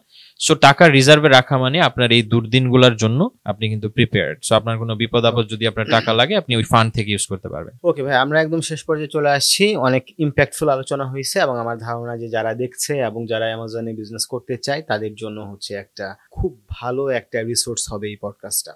আর দর্শক, আপনাদের অ্যাকচুয়ালি কেমন লাগলো, আপনারা যারা এখন পর্যন্ত দেখছেন অবশ্যই কমেন্টস করে জানাবেন যে আপনাদের লাইফে এটা কতটুকু ইম্প্যাক্ট ফেলবে। তো আমরা শেষ করব, তার আগে যদি দর্শকদের উদ্দেশ্যে আপনার কিছু বলার থাকে আপনি কাইন্ডলি প্লিজ বলতে পারেন। আচ্ছা জি, দর্শকদের উদ্দেশ্যে আমার বলার আসলে অনেক কিছু আছে, কারণ আমি যখন আসলে এই জার্নিটা স্টার্ট করছি, বিশেষ করে জার্নি বলতে কি আমি তো বাংলাদেশের মার্কেট নিয়ে রিসার্চ করি নাই কখনো, টু বি অনেস্ট, কারণ আমি বাইরে ফ্রিল্যান্সিং করি অনেক আগে থেকে, বাইরের ক্লায়েন্টদের সাথে কাজ বেশি করি, ওইখানকার বিষয় নিয়ে ঘাটাঘাটি। তো 2000 মনে হয় যে আপনার 23 নভেম্বরের দিকে আমার এই কন্টেন্ট ক্রিয়েশনটা শুরু হয়, কারণ এই কারণ থেকে, কারণ অনেককেই দেখলাম যে ইউটিউবে এইগুলা নিয়ে মিসকনসেপশন বা মিসলিডিং ইনফরমেশন দিচ্ছেন। তো আমার দর্শকদের কাছে যেটা মেসেজ থাকবে সেটা হচ্ছে যে প্রথম অবস্থায় 10 জন 20 জন ম্যাটার করে না, অনেকের বক্তব্য শোনেন, তারপরে যে কোনো একজনকে পিক করেন, যে কোনো একজনকে সিলেক্ট করেন এবং FOCUS ফোকাস, অর্থাৎ follow one course until successful. এটা খুবই ইম্পর্টেন্ট আমাদের এই যুগে, ডিস্ট্রাকশন অনেক বেশি। সো আমি বলবো যে আপনারা অ্যানালাইসিস করার পরে একজনকে ফলো করেন আনটিল আপনি একটা পর্যায়ে যান। সাকসেসফুল মানে এটা না যে আপনি অনেক কিছু করে ফেলবেন, আনটিল আপনি একটা লেভেলে যান। আপনার যখন ইনাফ আন্ডারস্ট্যান্ডিং হবে তখন আপনি 10 জনকে ফলো করেন, সমস্যা নেই, আপনি তখন ডিস্ট্রাক্টেড হবেন না, আপনি তখন মিসলেড হবেন না। আর যদি শুরুর দিকে আপনি একসাথে 10 জনকে ফলো করেন বা 10 জনের কথা শোনেন, 100% আপনি মাঝপথে ছেড়ে দিবেন, আপনি গিভ আপ করে দিবেন, না হয় আপনি ভুল করবেন। সো আমার মতে প্রপার অ্যানালাইসিস করেন, প্রপার ঘাটাঘাটি করেন, 10 জন 20 জন অ্যানালাইসিস করেন, আর তার মধ্যে থেকে একজনকে পিক করেন, তার সাথে থাকেন, তাকে ফলো করেন, আর প্রপার এরপর লার্নিং এর পিছনে প্রচুর সময় দেন, কারণ বিজনেসটা মাথায় আসলে করে ফেলবো এটা করার আগে আমার মনে হয় যে আগে ঠিক করেন যে এই বিজনেস আপনি করবেন কিনা, আপনার জন্য কিনা, পারফেক্ট কিনা। যদি সবকিছু ব্যাটে বলে মিলে তাহলে আপনি সিরিয়াস হন এবং তারপরে আপনি লার্নিং এর পিছনে ইনভেস্ট করেন। এটা আপনার বেটার ওয়েতে। যদি এখন আপনি 10,000 টাকা 20,000 টাকা যদি লার্নিং ইনভেস্ট করেন, $10,000 $20,000 আপনার ইন ফিউচারে সেভ হবে, এটা একদম গ্যারান্টিড, কোনো সন্দেহ নেই। আপনি আপনার মূল্যবান সময় বের করে আমাদের স্টুডিওতে এসেছেন এবং আপনার এই যে এক্সপেরিয়েন্স এবং নলেজ শেয়ার করলেন সেটার জন্য আপনাকে অসংখ্য ধন্যবাদ। জি, আপনাকে অসংখ্য ধন্যবাদ। এবং আমি আসলে অনার্ড যে আমি এখানের মতো একটা প্ল্যাটফর্মে এসে কথা বলতে পারতেছি। এবং সব থেকে বড় কথা হচ্ছে যে এই যে কথাগুলো আমি যে ট্রান্সপারেন্সি নিয়ে বলছি এবং এগুলা যে আসলে মানুষের জানা দরকার, প্রচুর দরকার। কারণ কি পরিমাণ মানুষের সাথে যে এই ফ্রজুলেন্ট কাজগুলো হচ্ছে এবং বিশেষ করে বাইরের দেশে যারা থাকে, আমাদের প্রবাসী যারা ভাই বোন, তাদের সাথে বেশি হচ্ছে। মানে বিভিন্ন জায়গা থেকে এই ফ্রজুলেন্ট অ্যাক্টিভিটি গুলো হচ্ছে, কারণ অ্যামাজন একটা খুবই লোভনীয় প্ল্যাটফর্ম, লোভনীয় সুযোগ। এই সুযোগ নিয়ে অনেকেই অনেক কাজবাজ করতেছে, অনেকে অনেক মানে ফ্রজুলেন্ট কাজবাজ করতেছে। তো সবারই সঠিক ইনফরমেশনটা জানা দরকার আমার মনে হয়। এবং আপনাকে অনেক অনেক ধন্যবাদ যে এরকম একটা প্ল্যাটফর্মে আমাকে আমন্ত্রণ করছেন এবং এই সুযোগটা করে দিচ্ছেন। তো আপনার প্রতি কৃতজ্ঞ এবং আপনার দর্শক যারা, তাদেরও সবাইকে অনেক অনেক অনেক ধন্যবাদ। সবাই যারা অ্যামাজন ব্যবসা করতে চান তারা সবাই জেনে বুঝে এবং আজকে যে যে আলোচনা হলো সেগুলো সব মাথায় রেখে ইনশাল্লাহ করবেন। সবার জন্য অনেক অনেক শুভকামনা।